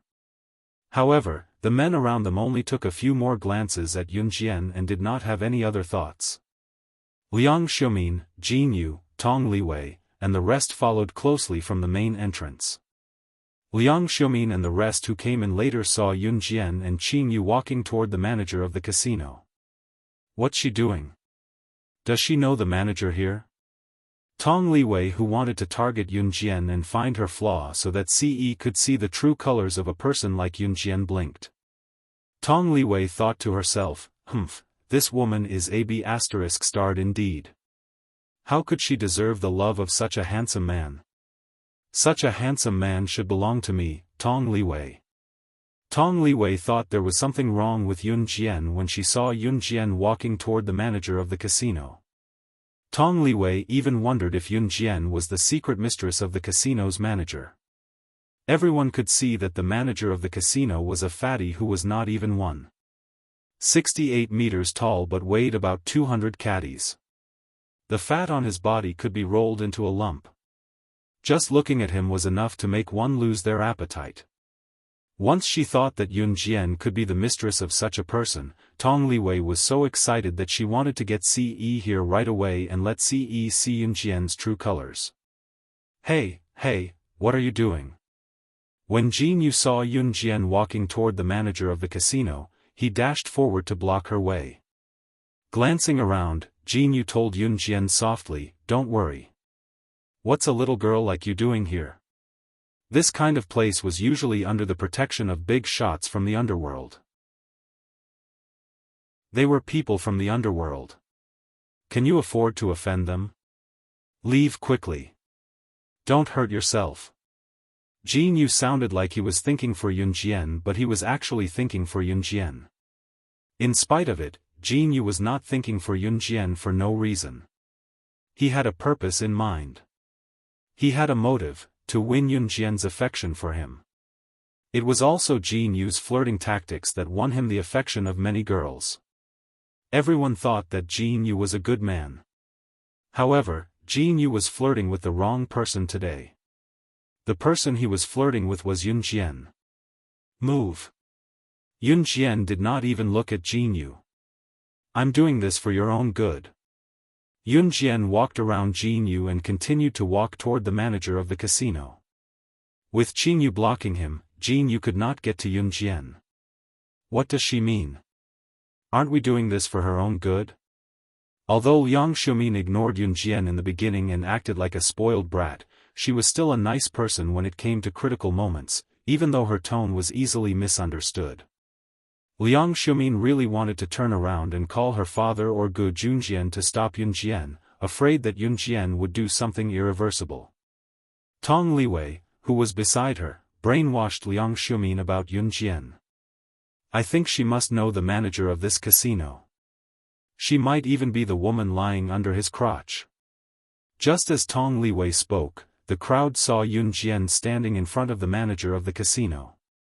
Her frigid gaze flickered as her arrogant, haughty voice rang coldly and echoed throughout the place. You're the manager here? If you don't want to lose your casino in the next 10 minutes, get your best gambler to come out and bet with me.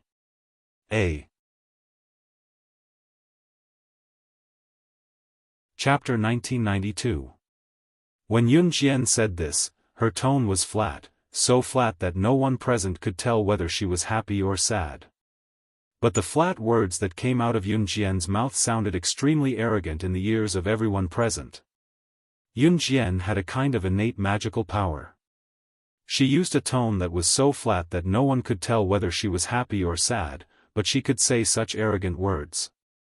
At least when she said this, everyone was stunned for a moment. Where did this girl come from? She was so arrogant. As soon as she said this, even the person in charge of the casino, a man in his 30s or 40s who was less than 1.68 meters tall and weighed at least 200 kilograms, looked at Yunjian. Many gamblers in the casino also stopped their bets and turned to look at Yunjian. Little girl, you want to bet with the most powerful person in our casino? The person in charge of the casino, a man who weighed around 200 kilograms and was known as Brother Iron Bull, glanced at Yunjian. Judging from his tone, the aura that he displayed was not at all inferior to Yunjian's. Some people had a strong aura, but when faced with a truly powerful person, that strong aura would immediately be defeated. For example, this person in charge of the casino who was known as Brother Iron Bull. You're crazy. I've already told you that those who open casinos must have someone backing them. Be careful not to get entangled with them, you won't be able to escape. I'm doing this for your own good. When Jin Yu heard this, he walked closer to Yunjian and winked at Yunjian in the softest voice possible. It had to be said that Jin Yu was taking a risk this time to make Yunjian have a good impression of him. When a normal girl saw a guy who was considered handsome showing so much concern for her, even if this guy had a girlfriend, he would still come up to flirt with Jin Yu. But Yunjian? She actually ignored him time and time again. The more Yunjian ignored him, the more Jin Yu wanted to get closer to Yunjian. Therefore, even though she knew that she couldn't speak carelessly in the casino, not to mention that Yunjian had already attracted the attention of the person in charge of the casino, Jin Yu still took the risk to stand up and dissuade Yunjian in order to gain a good impression. Yes. Yunjian looked at the person in charge of the casino, who was Brother Tainyo. She answered softly in front of everyone and still ignored Jin Yu. It's been a long time since I've met such an interesting girl like you. He even said that if our casino's best player didn't come out to bet with you, you could win our casino in 10 minutes. How arrogant. Come, Iron Bull, will bet with you. Brother Tainyo struggled to get up from his seat and waved at Yunjian. Everyone knew that the Oasis Hotel's casino was backed by a powerful gang in Jia province. And this powerful gang had a certain cooperative relationship with Jia province's #1 gang, Falcon Hall.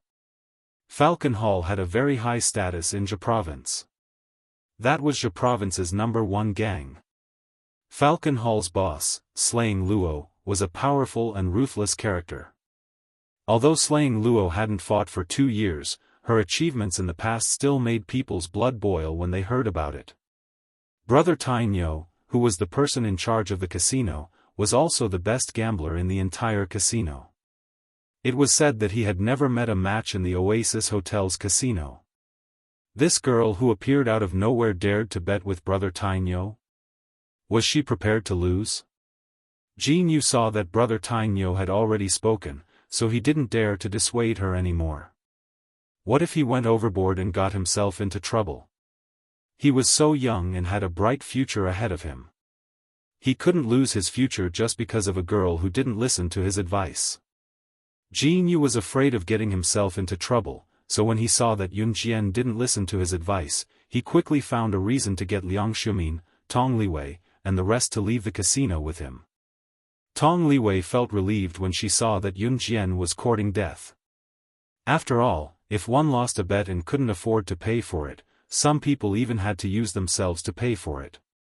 Yun Jian was pretty.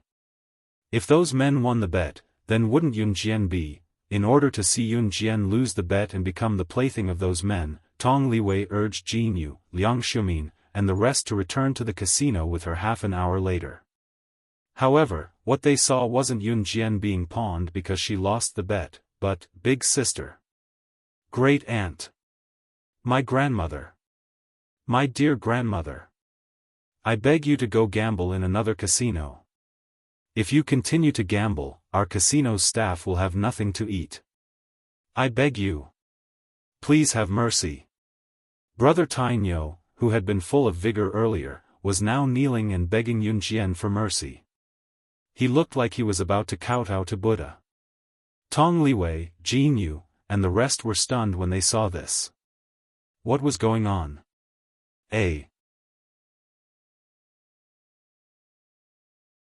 Chapter 1993.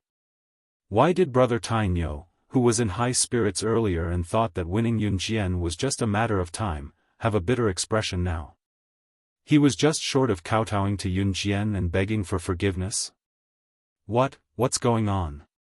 Why is the casino's manager kneeling to her? Tong Liwei wanted to see Yun Jian court death and beg for forgiveness from the casino's people, so she ran back to watch the show. But what she saw was not Yun Jian begging for forgiveness from the casino's people, but the casino's manager personally begging Yun Jian to be merciful. What exactly happened just now? Tong Liwei was so scared that she almost had a heart attack. She even stuttered when she spoke. Jin Yu, who had been persuading Yun Jian not to provoke the casino, was also scared out of her wits when she saw this scene. She was almost as scared as Tong Liwei. Liang Xiumin, who had always been pampered and spoiled, heaved a sigh of relief for Yun Jian when she saw this scene.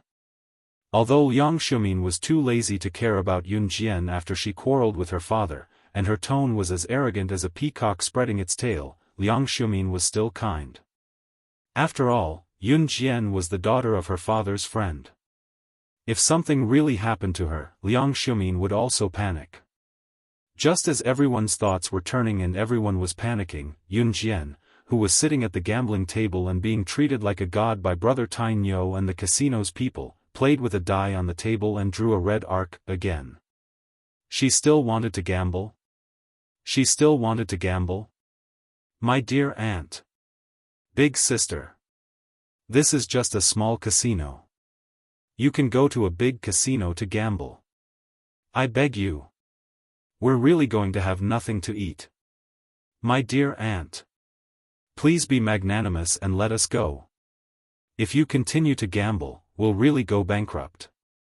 Brother Tainyo stood in front of Yun Jian and knelt down and kowtowed. The surrounding regulars, the group of gamblers, had never seen Brother Tainyo like this.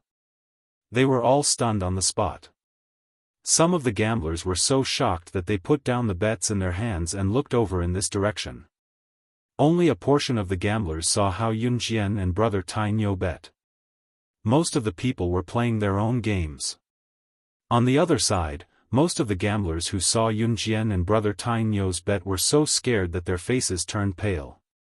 All right, Sister Jian, I think it's about time to collect the money, Qing Yu said with a cheeky grin as she rubbed her hands together. Qing Yu was not poor, but money was never too little. When Yun Jian was gambling with Brother Tainyo, she was just toying with Brother Tainyo. According to Yun Jian's normal standards, she could take away all of the casino's assets in less than 10 minutes. Yes. After listening to Qing Yu, Yun Jian felt that it was about time. She still had to go downstairs to buy medicine, so she decided to stop. Here, transfer the money you guys lost to Sister Jian to this card. Qing Yu pulled out a card from her pocket and tossed it on the table, just like how Yun Jian won a month's worth of profits in Fengyun Casino after a night of gambling in her past life. When Yun Jian gambled in Fengyun Casino back then, Qing Yu had followed her to collect the money without any hesitation. Seeing Qing Yu toss out the card, everyone was stunned again. Jin Yu, Tong Liwei, and the others who stood a distance away were stunned, but they could not help thinking. There was a backer behind this casino. It was true that Yun Jian won the money, but could she take it away? She had no power or influence. Was she going to fight them head-on? After all, Brother Tainyo and his gang were mostly triads. Even if Yun Jian won the money, she might not be able to take it away. Just as Jin Yu, Tong Liwei, and the rest were thinking about it, an employee in the casino pointed at the card with the unique skull symbol that Qing Yu tossed out and cried out in shock, "What the hell is this? This card." Qing Yu's card was marked with the Kosha mercenaries' exclusive symbol in the shape of a skull. Outsiders could not get their hands on such a card. Only the Kosha mercenaries' elders had it. Next to the skull imprint on each of the elders' bank cards, there were their respective nicknames. On Qing Yu's piece of paper, there was a simple word, Qing, written beside the skull. Seeing this card, the man who recognized it pointed at the card in front of everyone and exclaimed, "That's right, Mr. Zhang. Isn't this the exclusive card of the Kosha mercenaries' elder Qing Yu? There's only one of it in the world. Why is it with you? Also, I once heard that in the world's largest casino, Wind Cloud Casino, the woman known as the strongest female gambling god, who won a month's income of $1 billion in one night, used this card to swipe the money from Wind Cloud Casino." As the person spoke, he turned his gaping mouth to Yun Jian and exclaimed to Yun Jian in front of Brother Iron Bull, Tong Liwei, Jin Yu, and everyone else, "You're the one who's going to die. Could you be the lady gambler who won a month's worth of profits in the biggest Fengyun casino in the world?"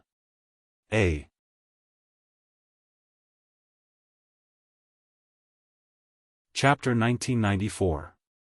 In her past life, Yun Jian was the one who gambled crazily that night in Fengyun Casino, while Qing Yu was the one who collected the money. Therefore, in conclusion, it was Qing Yu who collected the money in Fengyun Casino using her personal bank card. How did this man know so much? "My big brother works at Fengyun Casino. It's all because of him that I can work here." The woman who was called the female gambling god by the international bosses back then had a woman by her side. That woman was probably her subordinate who collected the money for her. That night, she won $1 billion in Fengyun Casino in one go. The gambling method was ever-changing, and the tactics used in every round were different. She could be called the top gambler in the casino. My big brother saw it with his own eyes. He told me that he went from being unconvinced in the beginning to being completely convinced and even idolizing the woman. The woman who collected the money for her next to her threw out a bank card with a skull mark exclusive to the Kosha mercenaries. There was a Qing beside the skull mark, which meant that this woman's subordinate was from the Kosha mercenaries. Seeing that the crowd was confused, the man stared at Yun Jian with his round eyes and shouted in disbelief in front of the crowd. The man was obviously an employee of the casino who worked under Brother Tainyo. Those who stood around, including Jin Yu and Liang Xiumin, turned to look at Yun Jian in disbelief after hearing what the man said. An elder of the Kosha mercenaries? If Yun Jian's subordinate, Qing Yu, was an elder of the Kosha mercenaries, then who was Yun Jian? The elders of the Kosha mercenaries took orders from the boss of the Kosha mercenaries. What did it mean that an elder like Qing Yu was following behind Yun Jian? Could she be Yun Jian? She was the one who won a month's worth of profits in Fengyun Casino in one night, $1 billion. Rumor has it that she might be the boss of the Kosha mercenaries, the woman known as the female gambling god. Oh my god! How's that possible? She's just a young girl. Someone exclaimed in disbelief while hugging his head. Fengyun Casino was the largest casino in the world. Back then, the mysterious woman brought her subordinates to the casino and gambled for a whole night. The news of her winning $1 billion from Fengyun Casino was spread all over the world, shocking and horrifying countless international bosses and bigwigs. That woman's actions were simply terrifying and frightening. In addition, the woman's subordinate threw out a bank card that belonged to an elder of the Wuxia mercenaries. It was concluded that the mysterious woman was the boss of the Wuxia mercenaries. At that time, this incident caused a storm around the world. After all, everyone present often hung out in the casino, so they had long heard of this matter. Now that this matter was brought up again after so many years, everyone present still felt their hearts tighten fiercely. The gamblers in the casino, including the staff, retreated as if they had seen something terrifying, trying to find a place to hide. Tong Liwei and the rest were confused. What was the gambling goddess from Fengyun Casino?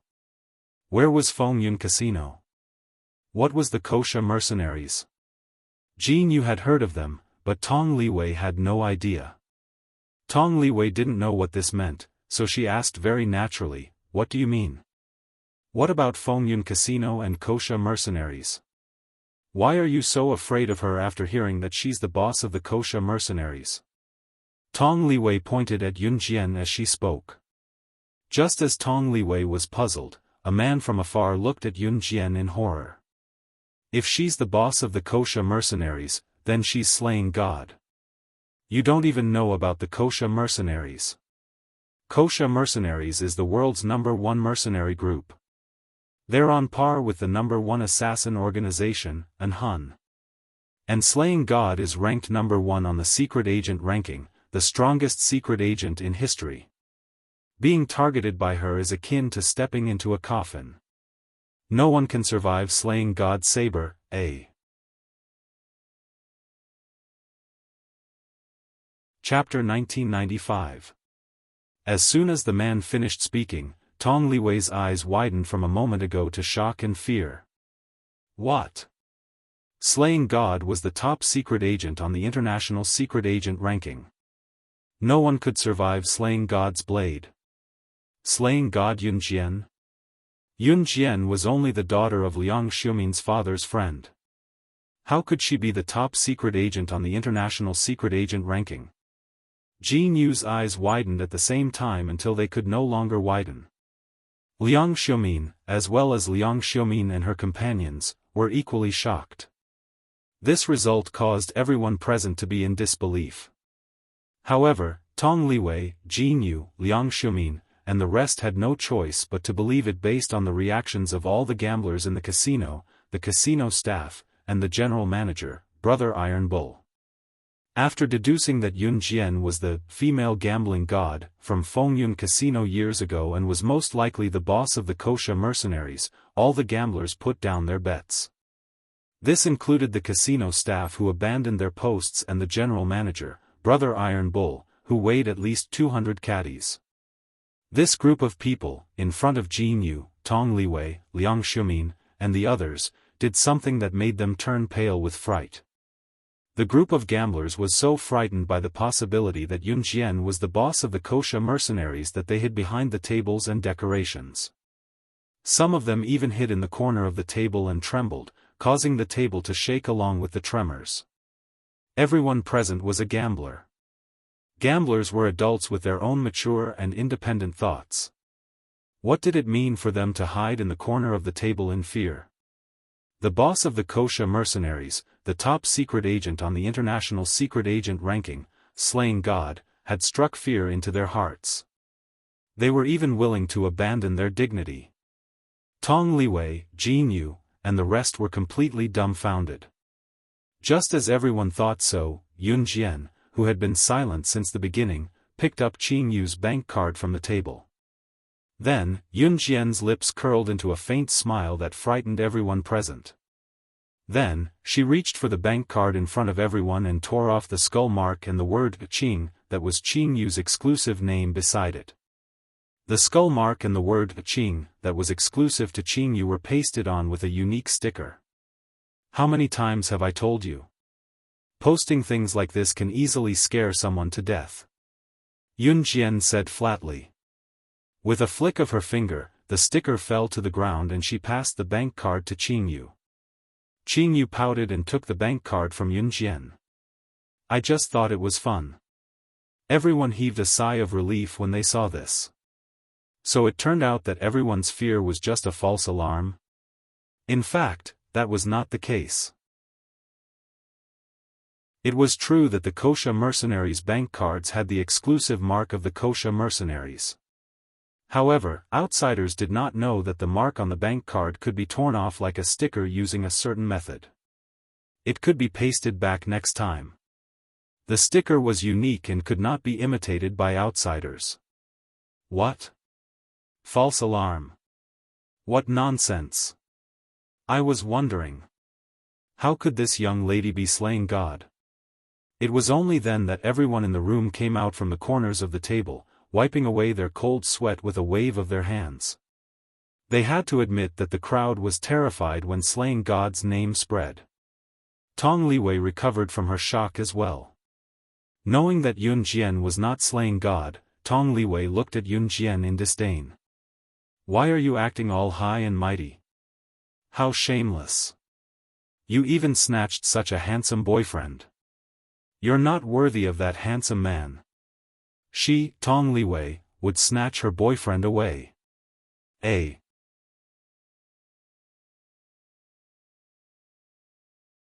Chapter 1996. Tong Liwei actually did not know what slaying God and Kosha mercenaries represented. She was a student, about the same age as Yun Jian. Jin Yu was in the underworld and Tong Liwei knew him, so she tagged along to have fun. Liang Xiumin had to pay for all the expenses of Jin Yu's friends, including Tong Liwei. Liang Xiumin was dumb enough to pay the bill obediently after being tricked by Jin Yu. As for a girl like Tong Liwei, all she knew about assassins and secret agents came from Jin Yu and other men in the underworld. To put it bluntly, guys like Jin Yu would often pretend to be knowledgeable and boast in front of girls like Tong Liwei. This also caused Tong Liwei's understanding of assassins and secret agents to be limited. After all, the internet was not widely available in this era. Other than schools, newspapers, magazines, people's sources of knowledge were just hearsay. It was obvious that Tong Liwei did not know the horrors of assassins and secret agents, so she was shocked but not too shocked. She was an ignorant person after all. Once she was sure that Yun Jian was not slaying God or the boss of Kosha mercenaries, Tong Liwei began to plan her own scheme again. After what happened just now, Brother Tainyo dared not withhold the money he had lost to Yun Jian. Taking the bank card from Qingyu with trembling hands, Brother Tainyo ordered someone to transfer the money he had lost to Yun Jian into Qingyu's card. 10 minutes later, the lackey he had sent to transfer the money to Qingyu's card came running back to return the card to her. Thanks. Qingyu took the card and made a circle with her thumb and index finger, flicking the card softly. There was meat to be gained by following Sister Jian, that was true. Seeing that Yun Jian and Qingyu were leaving, Brother Tainyo hurried over to wave at Yun Jian. Are you leaving? Please, please. Please, please. He looked like he was afraid that Yun Jian would not leave again. Yun Jian was about to leave, but after hearing Brother Tainyo's words, she narrowed her eyes and turned around again. Brother Iron Bull shook his fat body violently. He was so scared that he couldn't turn around quickly. Oh my God! Could it be that she didn't want to leave? Just when Brother Tainyo was about to speak, Yun Jian's voice suddenly rang out, scaring Brother Tainyo so much that he almost jumped up. What's your name? Ask for his name? Brother Tainyo secretly wiped away his cold sweat. He looked at Yun Jian and answered honestly, my name is Lin Tainyo. Lin Tainyo was originally an honest country bumpkin. Later on, he relied on his own strength to climb to his current position. He could be considered quite impressive. However, no one could figure out why Yun Jian was asking for Brother Tainyo's name.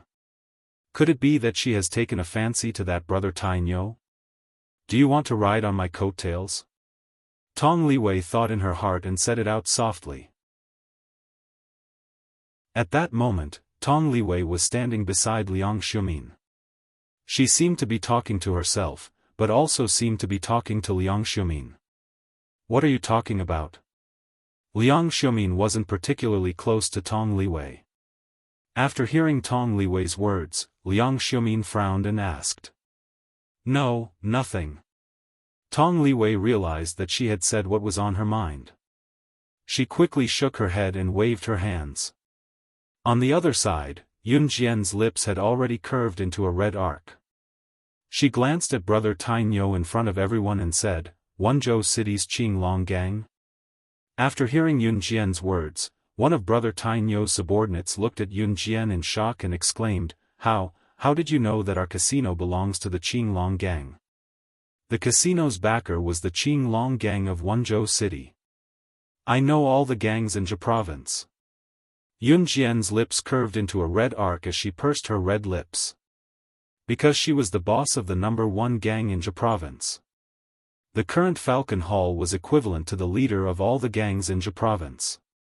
Seeing this from afar, Tong Liwei rolled her eyes and thought to herself, trying to be mysterious again. On the other hand, Jin Yu thought that Yun Jian was pretending to know when she didn't. Brother Tainyo blinked. Just as he was about to speak, Yun Jian's words rang out in front of everyone. I'll recommend the Qinglong gang's boss to put you in an important position. After all, there aren't many people with guts like you. After Yun Jian finished her words, she waved at Jin Yu and the two of them walked out. Tong Liwei, Jin Yu, and the rest were still pondering over the meaning of Yun Jian's words when Brother Tainyo's eyes widened suddenly. Other than the former boss of Falcon Hall, Su Zetian, there was only one other woman who could recommend someone to the Qinglong gang's boss. And that woman was none other than Falcon Hall's boss. Looking in the direction that Yun Jian left, Brother Tainyo exclaimed in shock. She is.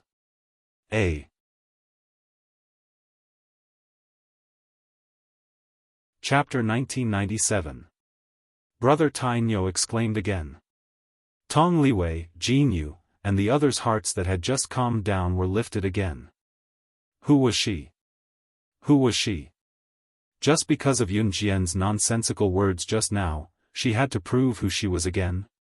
But at this moment, before elder brother Tainyo could say anything, he reached out his hand and covered his mouth before he could cry out in surprise. Who was she? He could not say it. Brother Iron Bull was courageous and insightful, so he naturally understood this. Brother Tainyo had already guessed Yun Jian's identity, but he was not going to say it now. Brother Tainyo, who is she? One of Brother Tainyo's men beside him asked. Brother Tainyo removed his hand from his mouth quickly and waved calmly. It's nothing. Go back to your work. She was Falcon Hall's boss. Only Falcon Hall's boss was a woman and qualified to recommend someone to Qinglong sect's boss. Oh God, he had just bumped into the boss of Zhe province's top mafia group, Falcon Hall. One had to know how powerful Falcon Hall was now. It was only a matter of time before they became the top mafia group in Country Z. Moreover, Luo Sha had not led Falcon Hall on an operation for 2 years and he had actually bumped into her this time. Brother Tainyo was indescribably excited and proud to be recognized by Yun Jian. By then, Yun Jian had already left the casino. Sister Jian, you're still as amazing as before. Qing Yu praised Yun Jian sincerely when she and Yun Jian got to the elevator. Yun Jian hummed in response and said, Amen. Go back to the hotel room first. I'll go downstairs to buy something. Okay. Qing Yu nodded at Yun Jian with her bank card in hand. Tong Liwei, who had followed them out of the casino, happened to hear Yun Jian's words. Let's go downstairs to buy some fruits too. It'll quench our thirst. Tong Liwei told Jin Yu and the others after hearing what Yun Jian said. In fact, Tong Liwei wanted to follow them secretly to see what Yun Jian was going to buy. Moving Qing Yu away, was she trying to do something bad? Yun Jian didn't care about Tong Liwei and the others. She turned around and went downstairs. She went straight to the pharmacy near the Oasis Hotel.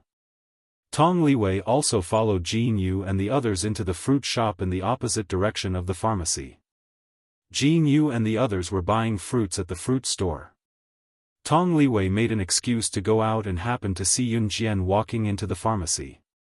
She narrowed her eyes and sneaked to the entrance of the pharmacy. Looking inside, Tong Liwei saw Yun Jian standing in front of the gynecological medicine. Tong Liwei wondered if Yun Jian had some gynecological disease. Then, she didn't want anyone to know that she had a gynecological disease, so she secretly came to buy medicine alone? Tong Liwei rolled her eyes. She seemed to have caught Yun Jian's weakness and ran to the Oasis Hotel at the speed of a rocket. She finally caught Yun Jian's weakness.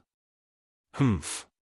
She immediately called Yun Jian's boyfriend over to take a look and let him know what kind of person Yun Jian was.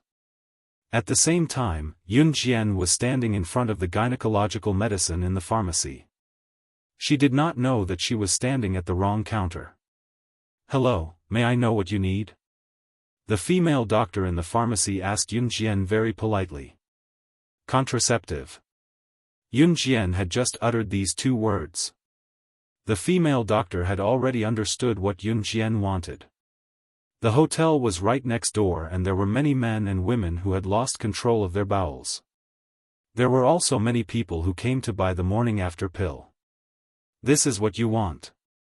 The female doctor quickly passed it to Yun Jian. Yun Jian nodded and asked for a cup of hot water from the female doctor. She put the medicine in her palm and was about to put it into her mouth. However, just as Yun Jian was about to put the medicine into her mouth, a slender palm grabbed her wrist. Yun Jian was shocked. Before she could react, the owner of the palm had already smashed all the medicine in Yun Jian's hand onto the ground and crushed them. The medicine and the box were smashed to pieces in front of the female doctor. Yun Jian was shocked. She raised her head and clearly saw Siyi's handsome and flawless face. His eyebrows were tightly knitted.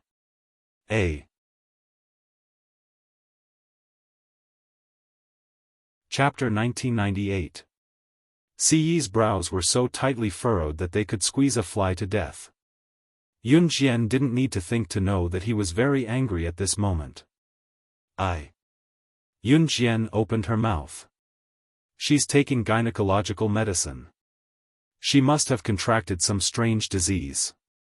Is it some kind of female disease, uterine disease, or some kind of disease that prevents her from having children? I think it must be some kind of shameful disease. After she told Ce about Yun Jian at the pharmacy, Ce kicked the stool away and ran here. Tong Liwei, who had been ignored by Ce, finally chased after him. Tong Liwei was out of breath as she chased after him, but when she saw Ce grabbing Yun Jian's hand and looking flustered and exasperated, Tong Liwei couldn't help but add insult to injury. After saying this, Tong Liwei stood to the side with a solemn expression on her face. She felt that Ce would definitely act like a teenage boy. After discovering that his girlfriend had secretly done something behind his back, he would act as though she had betrayed him. He would act as though he had been betrayed by some kind of super unparalleled emotional betrayal and insist on breaking up with her. Tong Liwei was already smiling. She felt that Yun Jian was definitely done for and that she should be the next in line. Abruptly, Ce, who had crushed the medicine box with his feet, extended his hand in front of the female doctor and Tong Liwei. Ce didn't reach out to hit Yun Jian as Tong Liwei had thought. In fact, that was impossible. Even if Ce shot her to death, he wouldn't bear to touch a single hair on Yun Jian's head. Ce reached out and pulled Yun Jian into his embrace in front of the female doctor and Tong Liwei. "Why are you taking birth control pills? This thing is harmful to your health. Don't touch it again," Ce said as she grabbed Yun Jian's hand and walked out. When Yun Jian heard this, she blinked. She had thought that he had said that if she was really pregnant, she would give birth to the child. Now that he saw her taking birth control pills, he would definitely say something about her. However, C did not blame Yunjian for such a small matter. On the contrary, he was angry because Yunjian wanted to take birth control pills, which were harmful to her health. What if his Xiaojian had side effects after eating it? Ce was different from other men.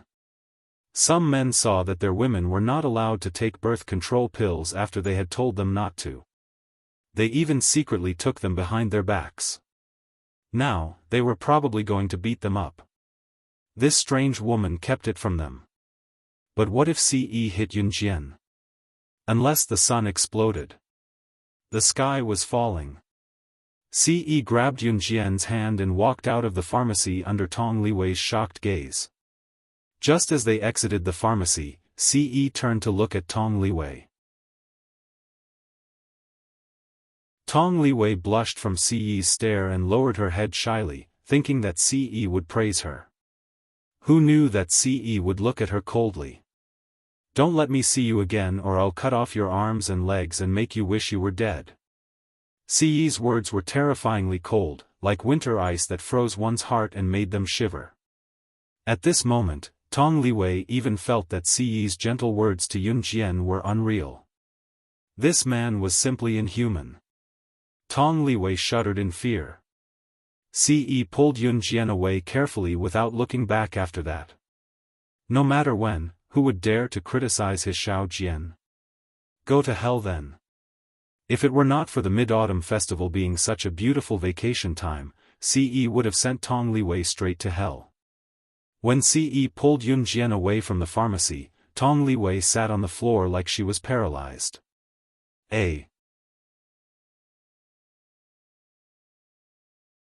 Chapter 1999. Ce pulled Yunjian back to the hotel. He did not reprimand Yunjian but told Yunjian sternly, "Xiaojian, you're not allowed to joke around with your body anymore. You're not allowed to eat anything that's harmful to your health." Ce knew that Yunjian did not want to get pregnant not because she did not want to bear his child, but because the mysterious man was still alive. She was afraid that if she got pregnant, not only would she not be able to help him, she would become a burden instead. After all, Yunjian was very strong in combat, but if she got pregnant, there would be a lump of meat in her stomach that could easily fall off at any time. Yunjian nodded and pressed her lips together. However, his heart was filled with joy. She really wanted to get rid of the mysterious man as soon as possible so that she could bear him a chubby child right away. Cough. I'll take care of the precautions from now on, Ce said teasingly as he hugged Yunjian. Yunjian blushed again at Ce's words. For the next few days, Tong Liwei did not appear in front of Ce and Yunjian. It was said that she had gone back because she was not feeling well. The next morning, the group went to Zhoushan Island. Zhoushan Island was indeed the largest archipelago in country Z. Its scale was incomparable to an ordinary island. The group had fun for 2 days before leaving. Nothing else happened in between.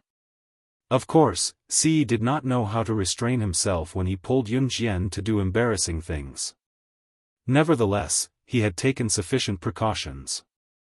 Once the Mid-Autumn Festival was over, Yunjian went back to school while Ce returned to an Hun group. Those who were supposed to go to school went to work. Everything had returned to normal. It was worth mentioning that old Liang heard that Yunjian was studying at the University of Electronic Science and Technology of China in Jiangxing City before he came back. He was surprised to tell Yunjian that his daughter, Liang Xiumin, was also studying in Jiangxing City's university town. There were more than 10 universities in Jiangxing City's university town, and it was the largest university town in Zhe province. Therefore, it was not strange that rich people would send their daughters and sons to Jiangxing City's university town to study. Therefore, when Yunjian took the bus back to school, in order to train his daughter, Liang Xiumin, to be independent, old Liang insisted that Liang Xiumin, who had always been sent to school by private car, take the bus to Jiangxing City with Yunjian. Liang Xiumin scolded her father for a while, but she behaved herself in the car. Sometimes, she chatted with Yun Jian, but she didn't talk much. After getting out of the car, Liang Xiaomin and Yun Jian separated. Although both universities were in the university town of Rivertown, the universities were different after all. Hence, the two of them had different destinations. Liang Xiaomin's face was originally drooping as she unwillingly walked in the opposite direction. After taking 2 steps, she suddenly turned around and looked at Yun Jian. She opened her mouth and said what she wanted to say. "I'm studying dance at Jiangxing Media University. You can look for me." After saying that, Liang Xiaomin, who was super arrogant, blushed. She suddenly turned around and left with her suitcase. Seeing this, Yun Jian only smiled faintly. Yun Jian didn't go back to school immediately. Instead, she went to the hotel where Fox was staying. After a few days of rest, Fox's injuries had recovered a lot. Yun Jian walked into the hotel directly. "Chairman." Fox saw Yun Jian and wanted to stand up. "Just lie down." "Did something happen in the company?" Yun Jian asked softly. "The CEO asked me to look for you." 3 months later, the CEO plans to hold a banquet for the CEOs of global multinational companies to get to know each other. The leaders of many assassin organizations will also be invited. Reverse Emperor might also send people over. The CEO heard that you are back, but he couldn't contact you. So, he asked me to ask if you want to attend the banquet. Fox said. It was on his way to look for Yun Jian that Fox was suddenly attacked by Reverse Emperor's men. Yun Jian, who wasn't interested in the banquet, changed her mind when she heard that Reverse Emperor might send people over.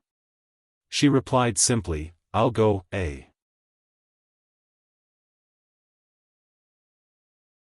Chapter 2000.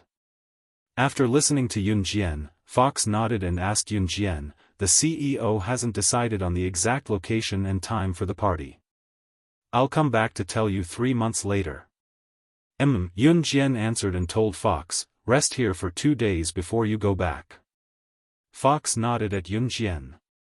She was exhausted from being hunted down by Reverse Emperor's assassins the last time. The assassin who was sent to kill Fox had obviously gone through formal training. If it were not for Fox's ability, she would not have survived after being hunted for hours. Otherwise, she would have been dead long before Yun Jian came to save her. "Thank you, Sister Jian." Fox thanked Yun Jian.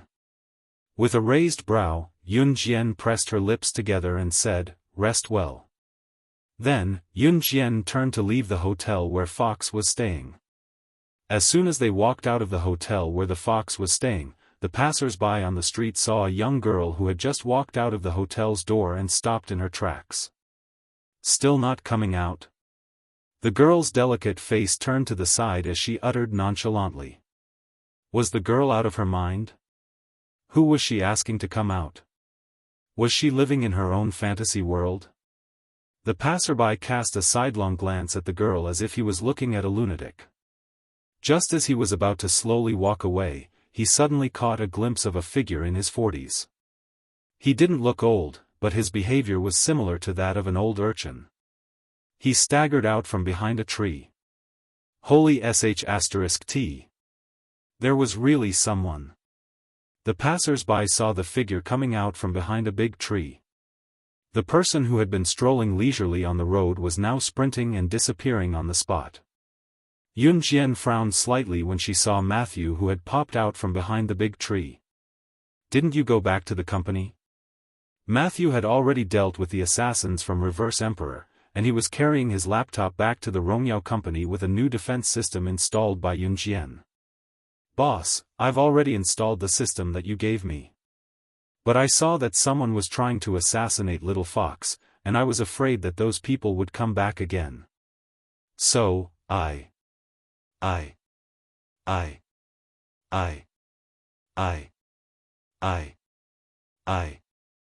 Boss, I really didn't skip work on purpose. You can't fire me, I'll go back now, I'll go back now." Matthew was about to leave, as if he was afraid of being fired by Yun Jian. "Remember to bring Fox back to the company safely," Yun Jian called out to him before he left and told him softly. After saying that, Yun Jian put one of her fair and delicate hands into her trouser pocket and pulled her suitcase lightly with the other hand. She walked back in the direction of the University of Electronic Science and Technology of China.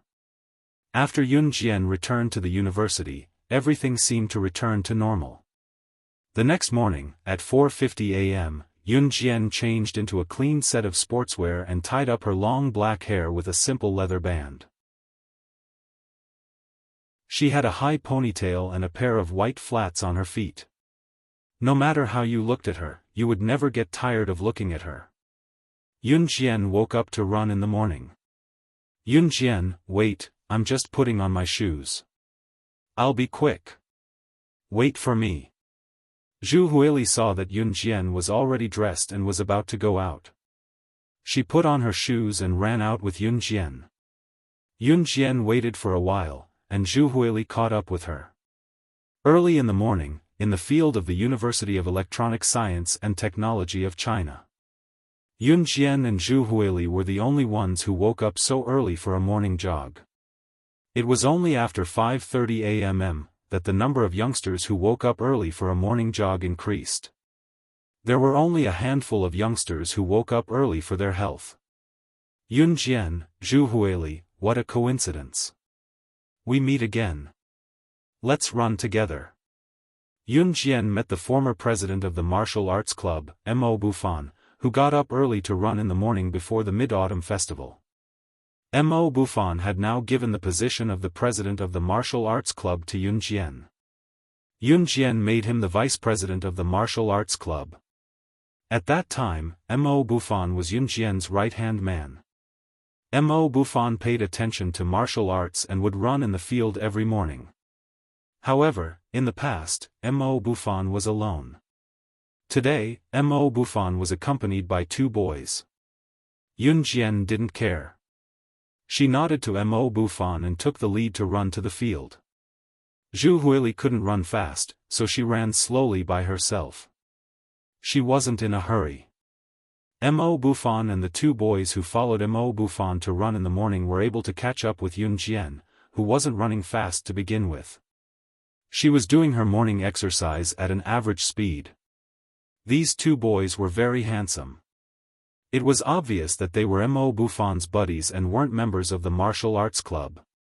Mo Bufan had 3 buddies. Other than Brother Kai, there were only these two handsome boys. One of the two boys saw that Yun Jian didn't speak from the beginning. When Mo Bufan greeted her, she only nodded slightly. He was a little curious. Yun Jian was running at the front. She could hear one of Mo Bufan's buddies ask Mo Bufan. "Fan, is this chick the new president of your martial arts club, eh?"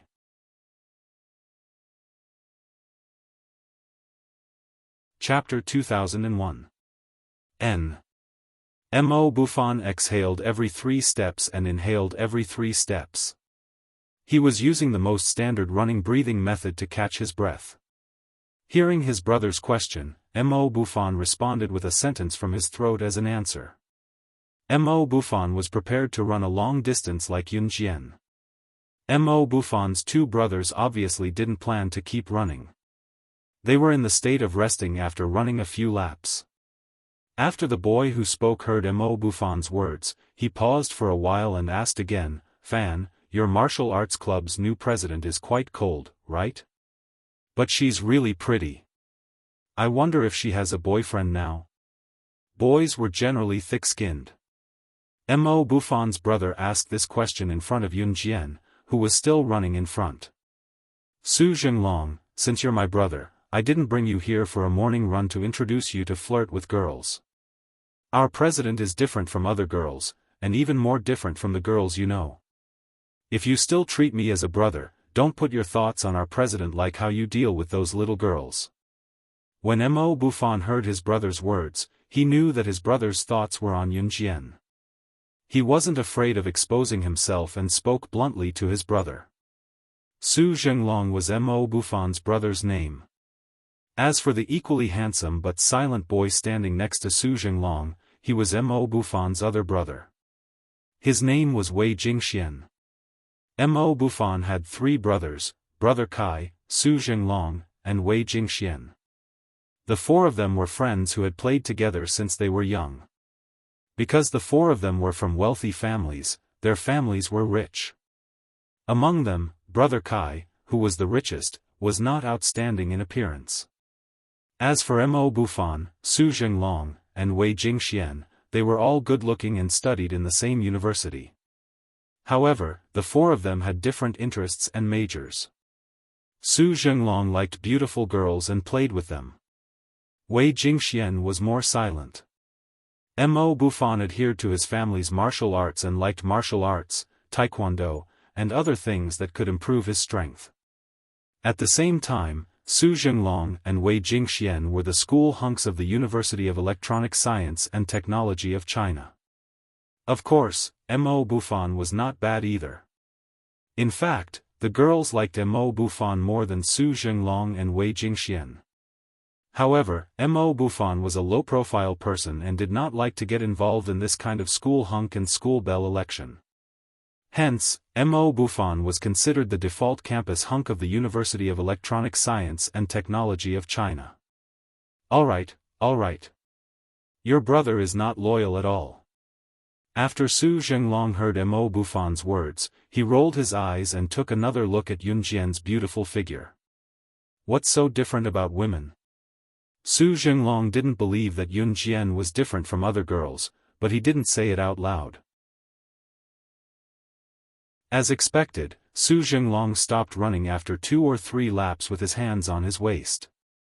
Wei Jingxian ran 5 laps and stopped running.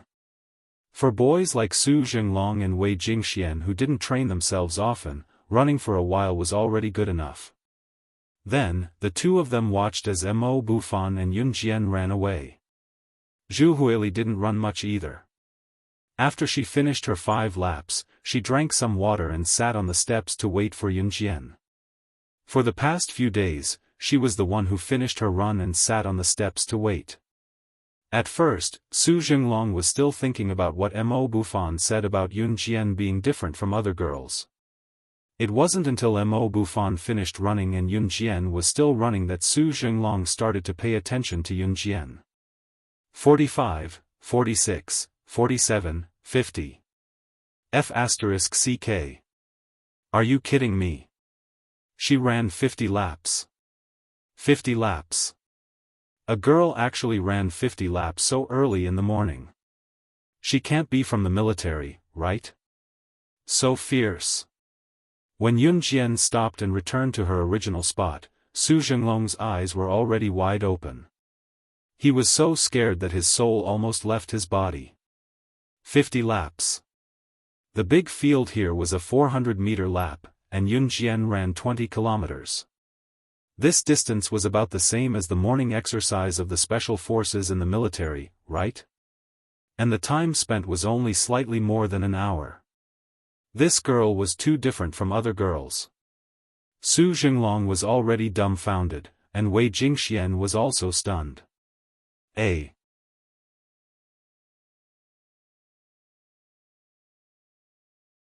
Chapter 2002. A normal person would be paralyzed on the ground after jogging for 3 kilometers. After Yunjian finished running, she took the bottle of water from Zhu Huili, opened the cap, and drank the water in the bottle. After drinking, Yunjian didn't gasp for breath. Her chest only moved slightly, and she didn't look like she was going to fall to the ground. Both Su Jinglong and Wei Jingxian were completely dumbfounded. At this moment, after hearing Su Jinglong say that Yunjian wasn't from the military, Zhu Huili, who handed the water to Yunjian, turned his head and glanced at Su Jinglong. He couldn't help but say what he knew. How do you know that Yunjian is from the military? She studied in the military school when she was in high school. As he said that, Zhu Huili felt a sense of pride for Yunjian. F***CK. She's really from the military? Su Jinglong was just talking nonsense. Now that he heard Zhu Huili's words, Su Jinglong was stunned. Su Zhenglong was just sighing, but he never thought that Yun Jian was really from the military. Let's go to the club. Yun Jian took the jacket that she had just taken off from Zhu Huili and led the way to the martial arts club. Mo Bufan was also slightly stunned when he heard Zhu Huili's words. Yun Jian actually studied in the military school in high school. It was no wonder that she was so unpredictable. Hey, wait, little girl, you really studied in the military school in high school? Tell me, is the military school fun? Is there any difference between the students in the military school and us who studied in ordinary high schools? I've always fantasized about going to the military school myself. Then I'll be an outstanding soldier. So great, so powerful. Wait. Quick, tell me if your strength in the military academy is at the bottom or what? Su Zhenglong suddenly became interested. He chased after Yun Jian for a long distance and asked many questions. Was he tired? After a while, Yun Jian and the others arrived at the fixed place of the martial arts club. Every club in the university had its own fixed location. If a president wanted to open a club, he had to have a fixed and confirmed location where the members could maintain their interests together. Therefore, sometimes, if one wanted to set up a club without the school's subsidies, it would take a lot of money to maintain a club. Mo Bufan's family was rich, and he loved martial arts. Originally, the martial arts club did not have a venue, so Mo Bufan paid for a venue that could be used to practice martial arts. There were all kinds of martial arts practice facilities inside. The venue was not within the university. Therefore, Yun Jian and the others left the university and went to the martial arts club. At this time, it was already close to 7 in the morning. The university students had no classes in the morning and were generally lazy to sleep.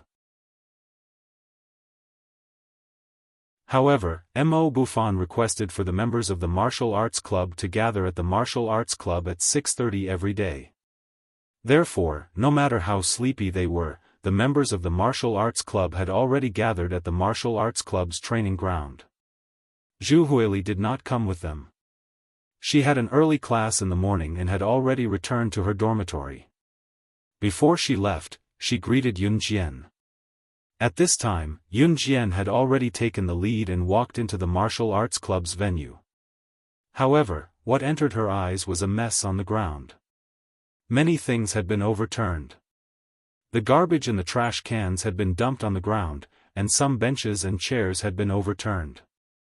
At this time, the martial arts club's venue should have been filled with members of the martial arts club, but only 1 or 2 girls were still standing there. When Yun Jian saw this, she frowned. What's going on? When Yun Jian had just become the president of the martial arts club, the members of the martial arts club did not welcome her. Although they did not say anything, all the members had given her a dirty look. They rolled their eyes at her while hiding in the dark.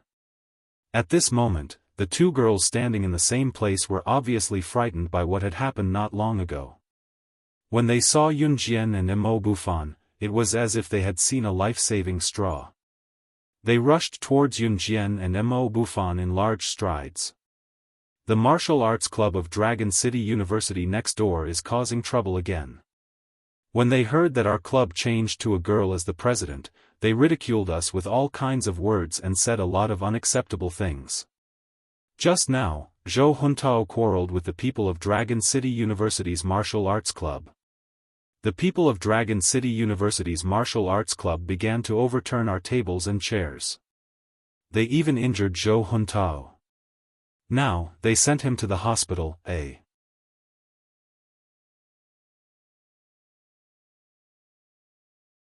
Chapter 2003.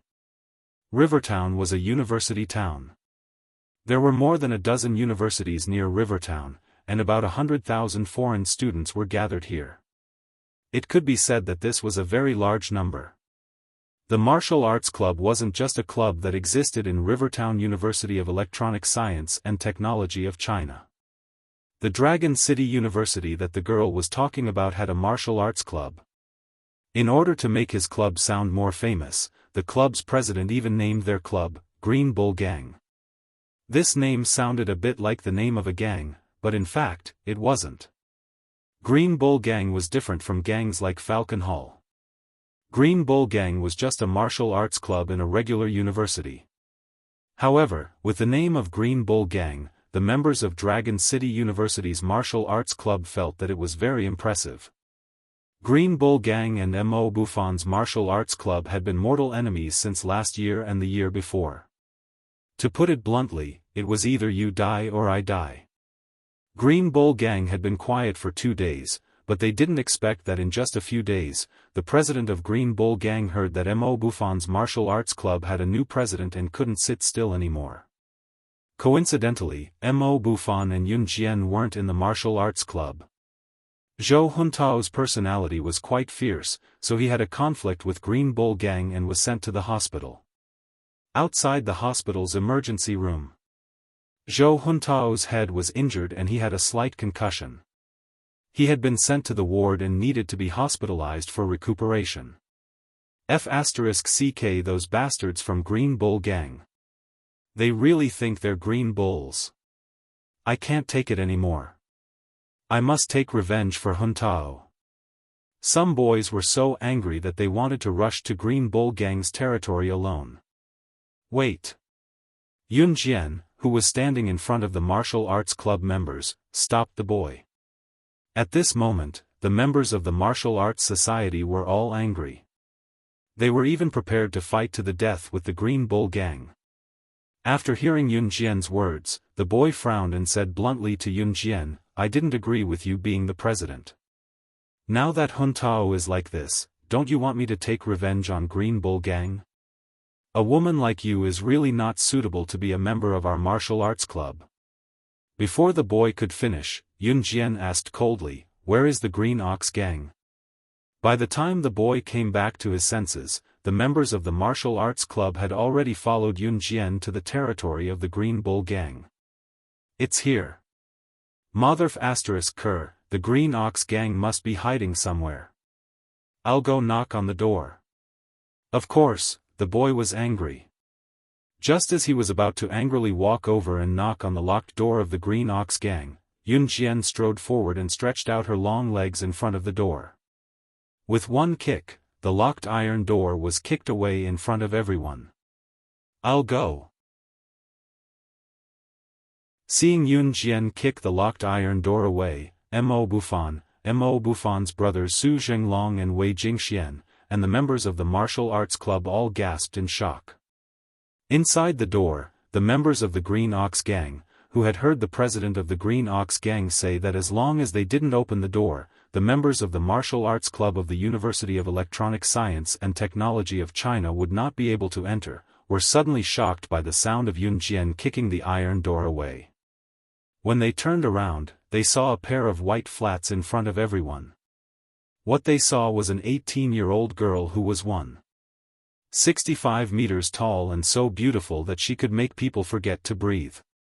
However, just as the members of the Green Ox Gang were shocked, they saw the girl kick the iron door open in front of Mo Bufan, Su Zhenglong, Wei Jingxian, and all the members of the martial arts club, including the Green Ox Gang. They saw her kick the iron door that had been uprooted and kicked to the ground. She kicked the iron door more than 10 meters away and hit the head of a boy from the Green Ox Gang. This boy was the president of the Green Ox Gang, Wu Ren, who had sent Zhou Huntao to the hospital. Wu Ren was hit hard by the iron door and couldn't get up for a long time. President! President! The members of the Green Ox Gang shouted in horror when they saw their president being hit by the iron door. Yun Jian originally guessed that this boy was most likely the president of the Green Ox Gang. Now that she heard the way the members of the Green Ox Gang addressed the boy, she was immediately sure. She calmly took 2 steps toward Wu Ren. Then, in front of all the members of the 2 martial arts clubs, she curled her lips into a red arc that made people unconsciously afraid. She curled her lips and sneered at Wu Ren. The president of the Green Ox Gang, right? I don't care how the president of our martial arts club dealt with this kind of thing before, but today, the president of the martial arts club is me. Prepare to receive the baptism of death, A.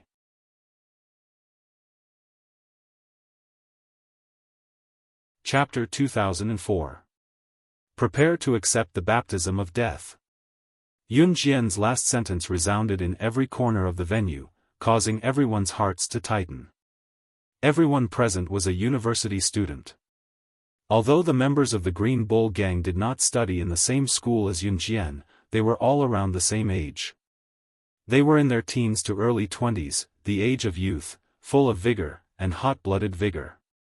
Students of this age were generally impulsive, which led to Wu Ren accidentally injuring Zhou Huntao and sending him to the hospital. Of course, Wu Ren regretted it after hitting him. He did not want to hurt anyone.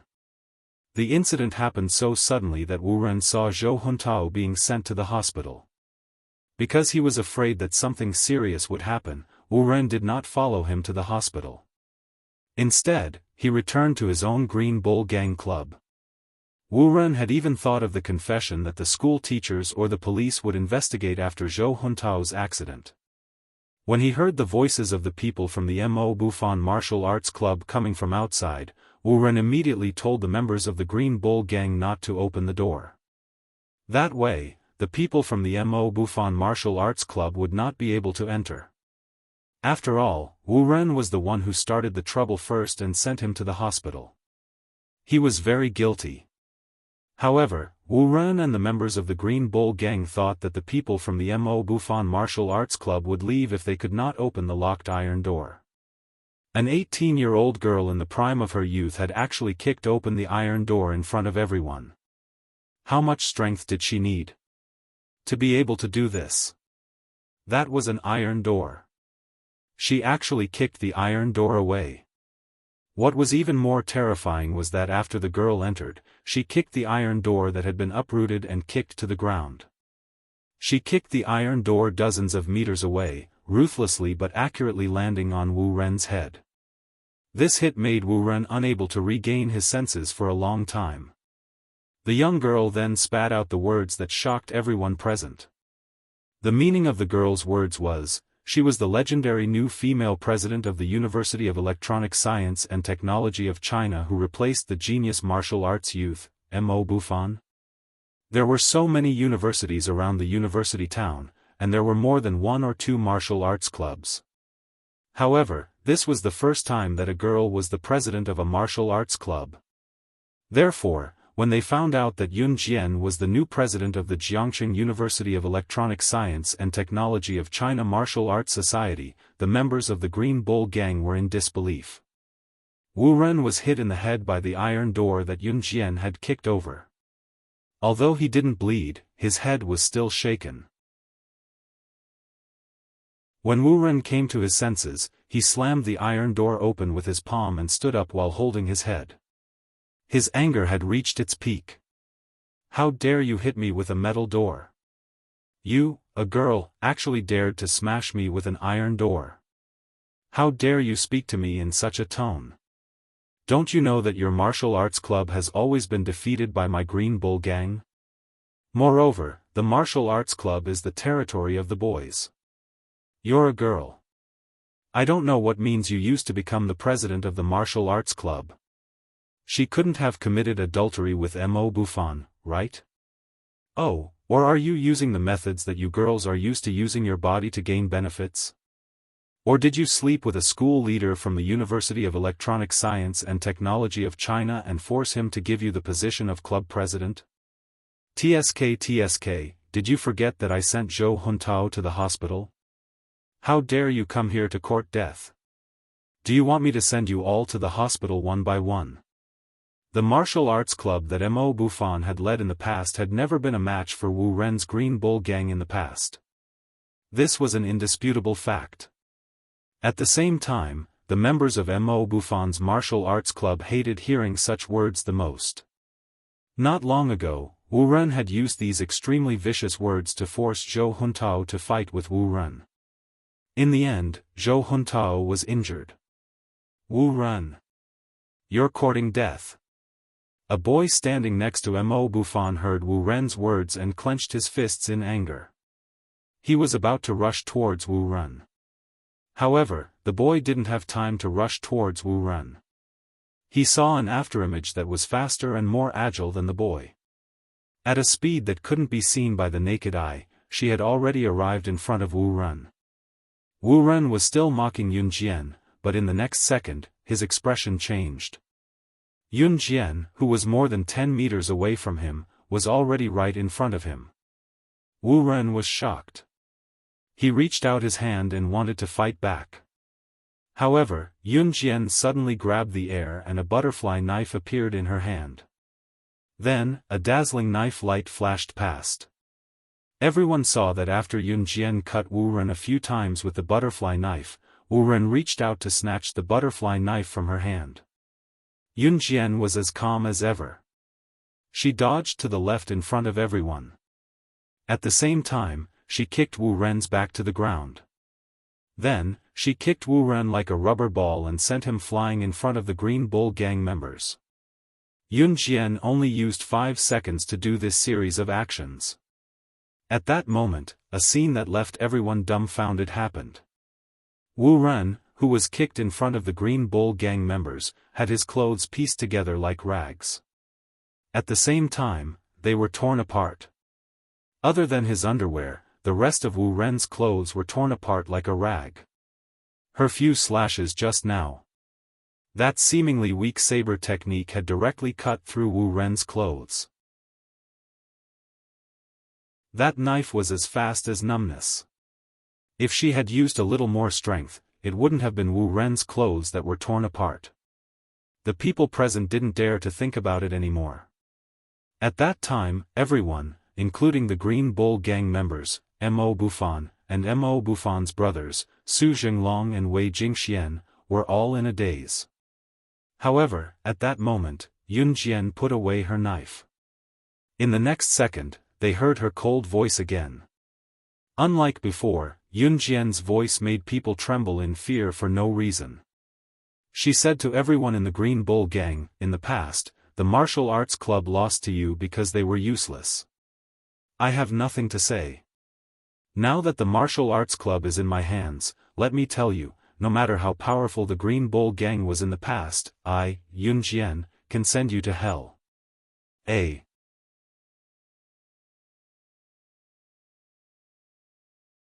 Chapter 2005. No matter how powerful the Green Bull gang was, as long as the Martial Arts Club of the University of Electronic Science and Technology of China had Yun Jian, the Green Bull gang would only be an insignificant stumbling block. Yun Jian's words resounded throughout the entire venue. When the members of the Green Bull gang heard this, their hearts twitched fiercely.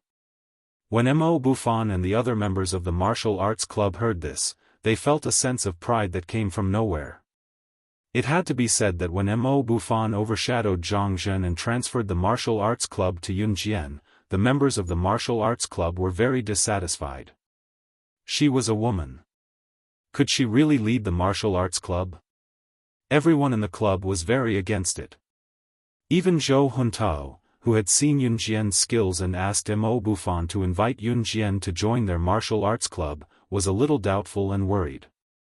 But at this moment, after hearing Yun Jian's words and Yun Jian's way of venting her anger, what she did just now was even more ruthless than directly sending Wu Ren to the hospital. One had to know that boys in their youth were very prideful.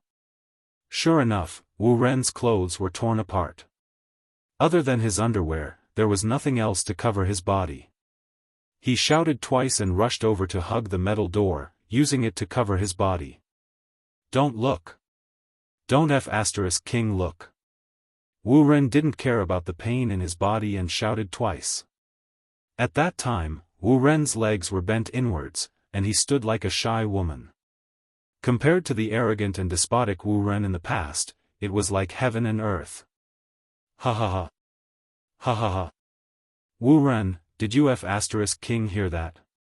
Our president said that no matter how powerful your Green Bull gang was in the past, if you dare to show off in front of us again, we'll send your Green Bull gang to hell. The boy who had impulsively told Yun Jian that a woman like her wasn't suitable to be the president of their martial arts club at the hospital's emergency room earlier held his stomach and laughed loudly at Wu Ren. That's right. Wu Ren, weren't you very cocky in the past? The next time you see us, take your Green Bull gang and scram. If we don't teach you a lesson, you'll really think you're a cow. How awesome do you think you are? President, good. Long live the president. Good president. Long live the president. The members of the martial arts club, who were not optimistic about Yun Jian, began to exclaim. Imperceptibly, everyone had tacitly acknowledged Yun Jian's identity as the president of the martial arts club. Wu Ren didn't want to admit it, but he had no choice but to admit that he couldn't even take a single blow from Yun Jian. This girl. It was too terrifying. He was no match for him at all. Even if there were 10 of him added together, he might not be able to contend against it. At the thought of this, Wu Ren's face turned pale with fright. Where did Mo Bufan find such a girl? This was 2F** King scary. Wu Ren's cowardly look was enough to make everyone laugh at him for a while. Zhou Huntao only had a slight concussion, which wasn't very serious. He only needed to rest for 2 days and didn't need any special treatment. Therefore, the members of the martial arts club did not continue their crusade against Wu Ren. They only unanimously decided to inform the school and let Wu Ren's university punish him. Wu Ren couldn't even protect himself, so no one from the Green Bull gang dared to say another word. The Green Bull gang, who used to be incomparably arrogant, was now as quiet as a herd of sheep waiting to be slaughtered. At this time, Yun Jian had already walked out of the door. Actually, Yun Jian didn't come today to avenge Zhou Huntao. In Yun Jian's words, Zhou Huntao wasn't as good as Wu Ren, so he deserved to be beaten up and sent to the hospital. This was a world that relied on strength to survive. If you were bullied because you were weak and waited for others to avenge you, then you deserved to be bullied. Yun Jian's main purpose for coming here was to make an oath. Since the martial arts club was taken over by Yun Jian, then no one should think of touching the martial arts club because the martial arts club's backer was her. Just as the members of the martial arts club were feeling proud of Yun Jian's strength, Yun Jian, who was about to leave the Green Bull gang, suddenly stopped and turned around in front of everyone. When the Green Bull gang saw this, they thought that Yun Jian was going to make a move on them again. They were so scared that they almost found a corner to hide in. The members of the martial arts club were a little proud. Even Su Jinglong and Wei Jingxian, who weren't members of the martial arts club, were infected by the atmosphere and felt a little proud. At this time, Yun Jian cast a sidelong glance at all the members of the martial arts club in front of everyone. She said with a cold face, not allowing anyone to refute her. Tomorrow at 4:50 a.m., gather at the school field. From tomorrow onwards, everyone will receive training. I'll make it clear in advance that there are no useless people in the martial arts club. If you can't take it, then leave now, eh?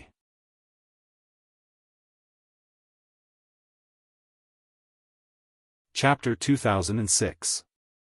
Yun Jian was very ruthless. She was ruthless to herself and to others. She would be ruthless when she should be ruthless and cripple when she should be crippled. She would not stay for a second longer than necessary. It was even more impossible for her to persuade those who wanted to leave to stay. Those who were willing would stay and those who were unwilling would leave on their own. This was Yun Jian's principle. Yun Jian hated people who quit midway the most. If you wanted to do something, you had to do it from the beginning to the end.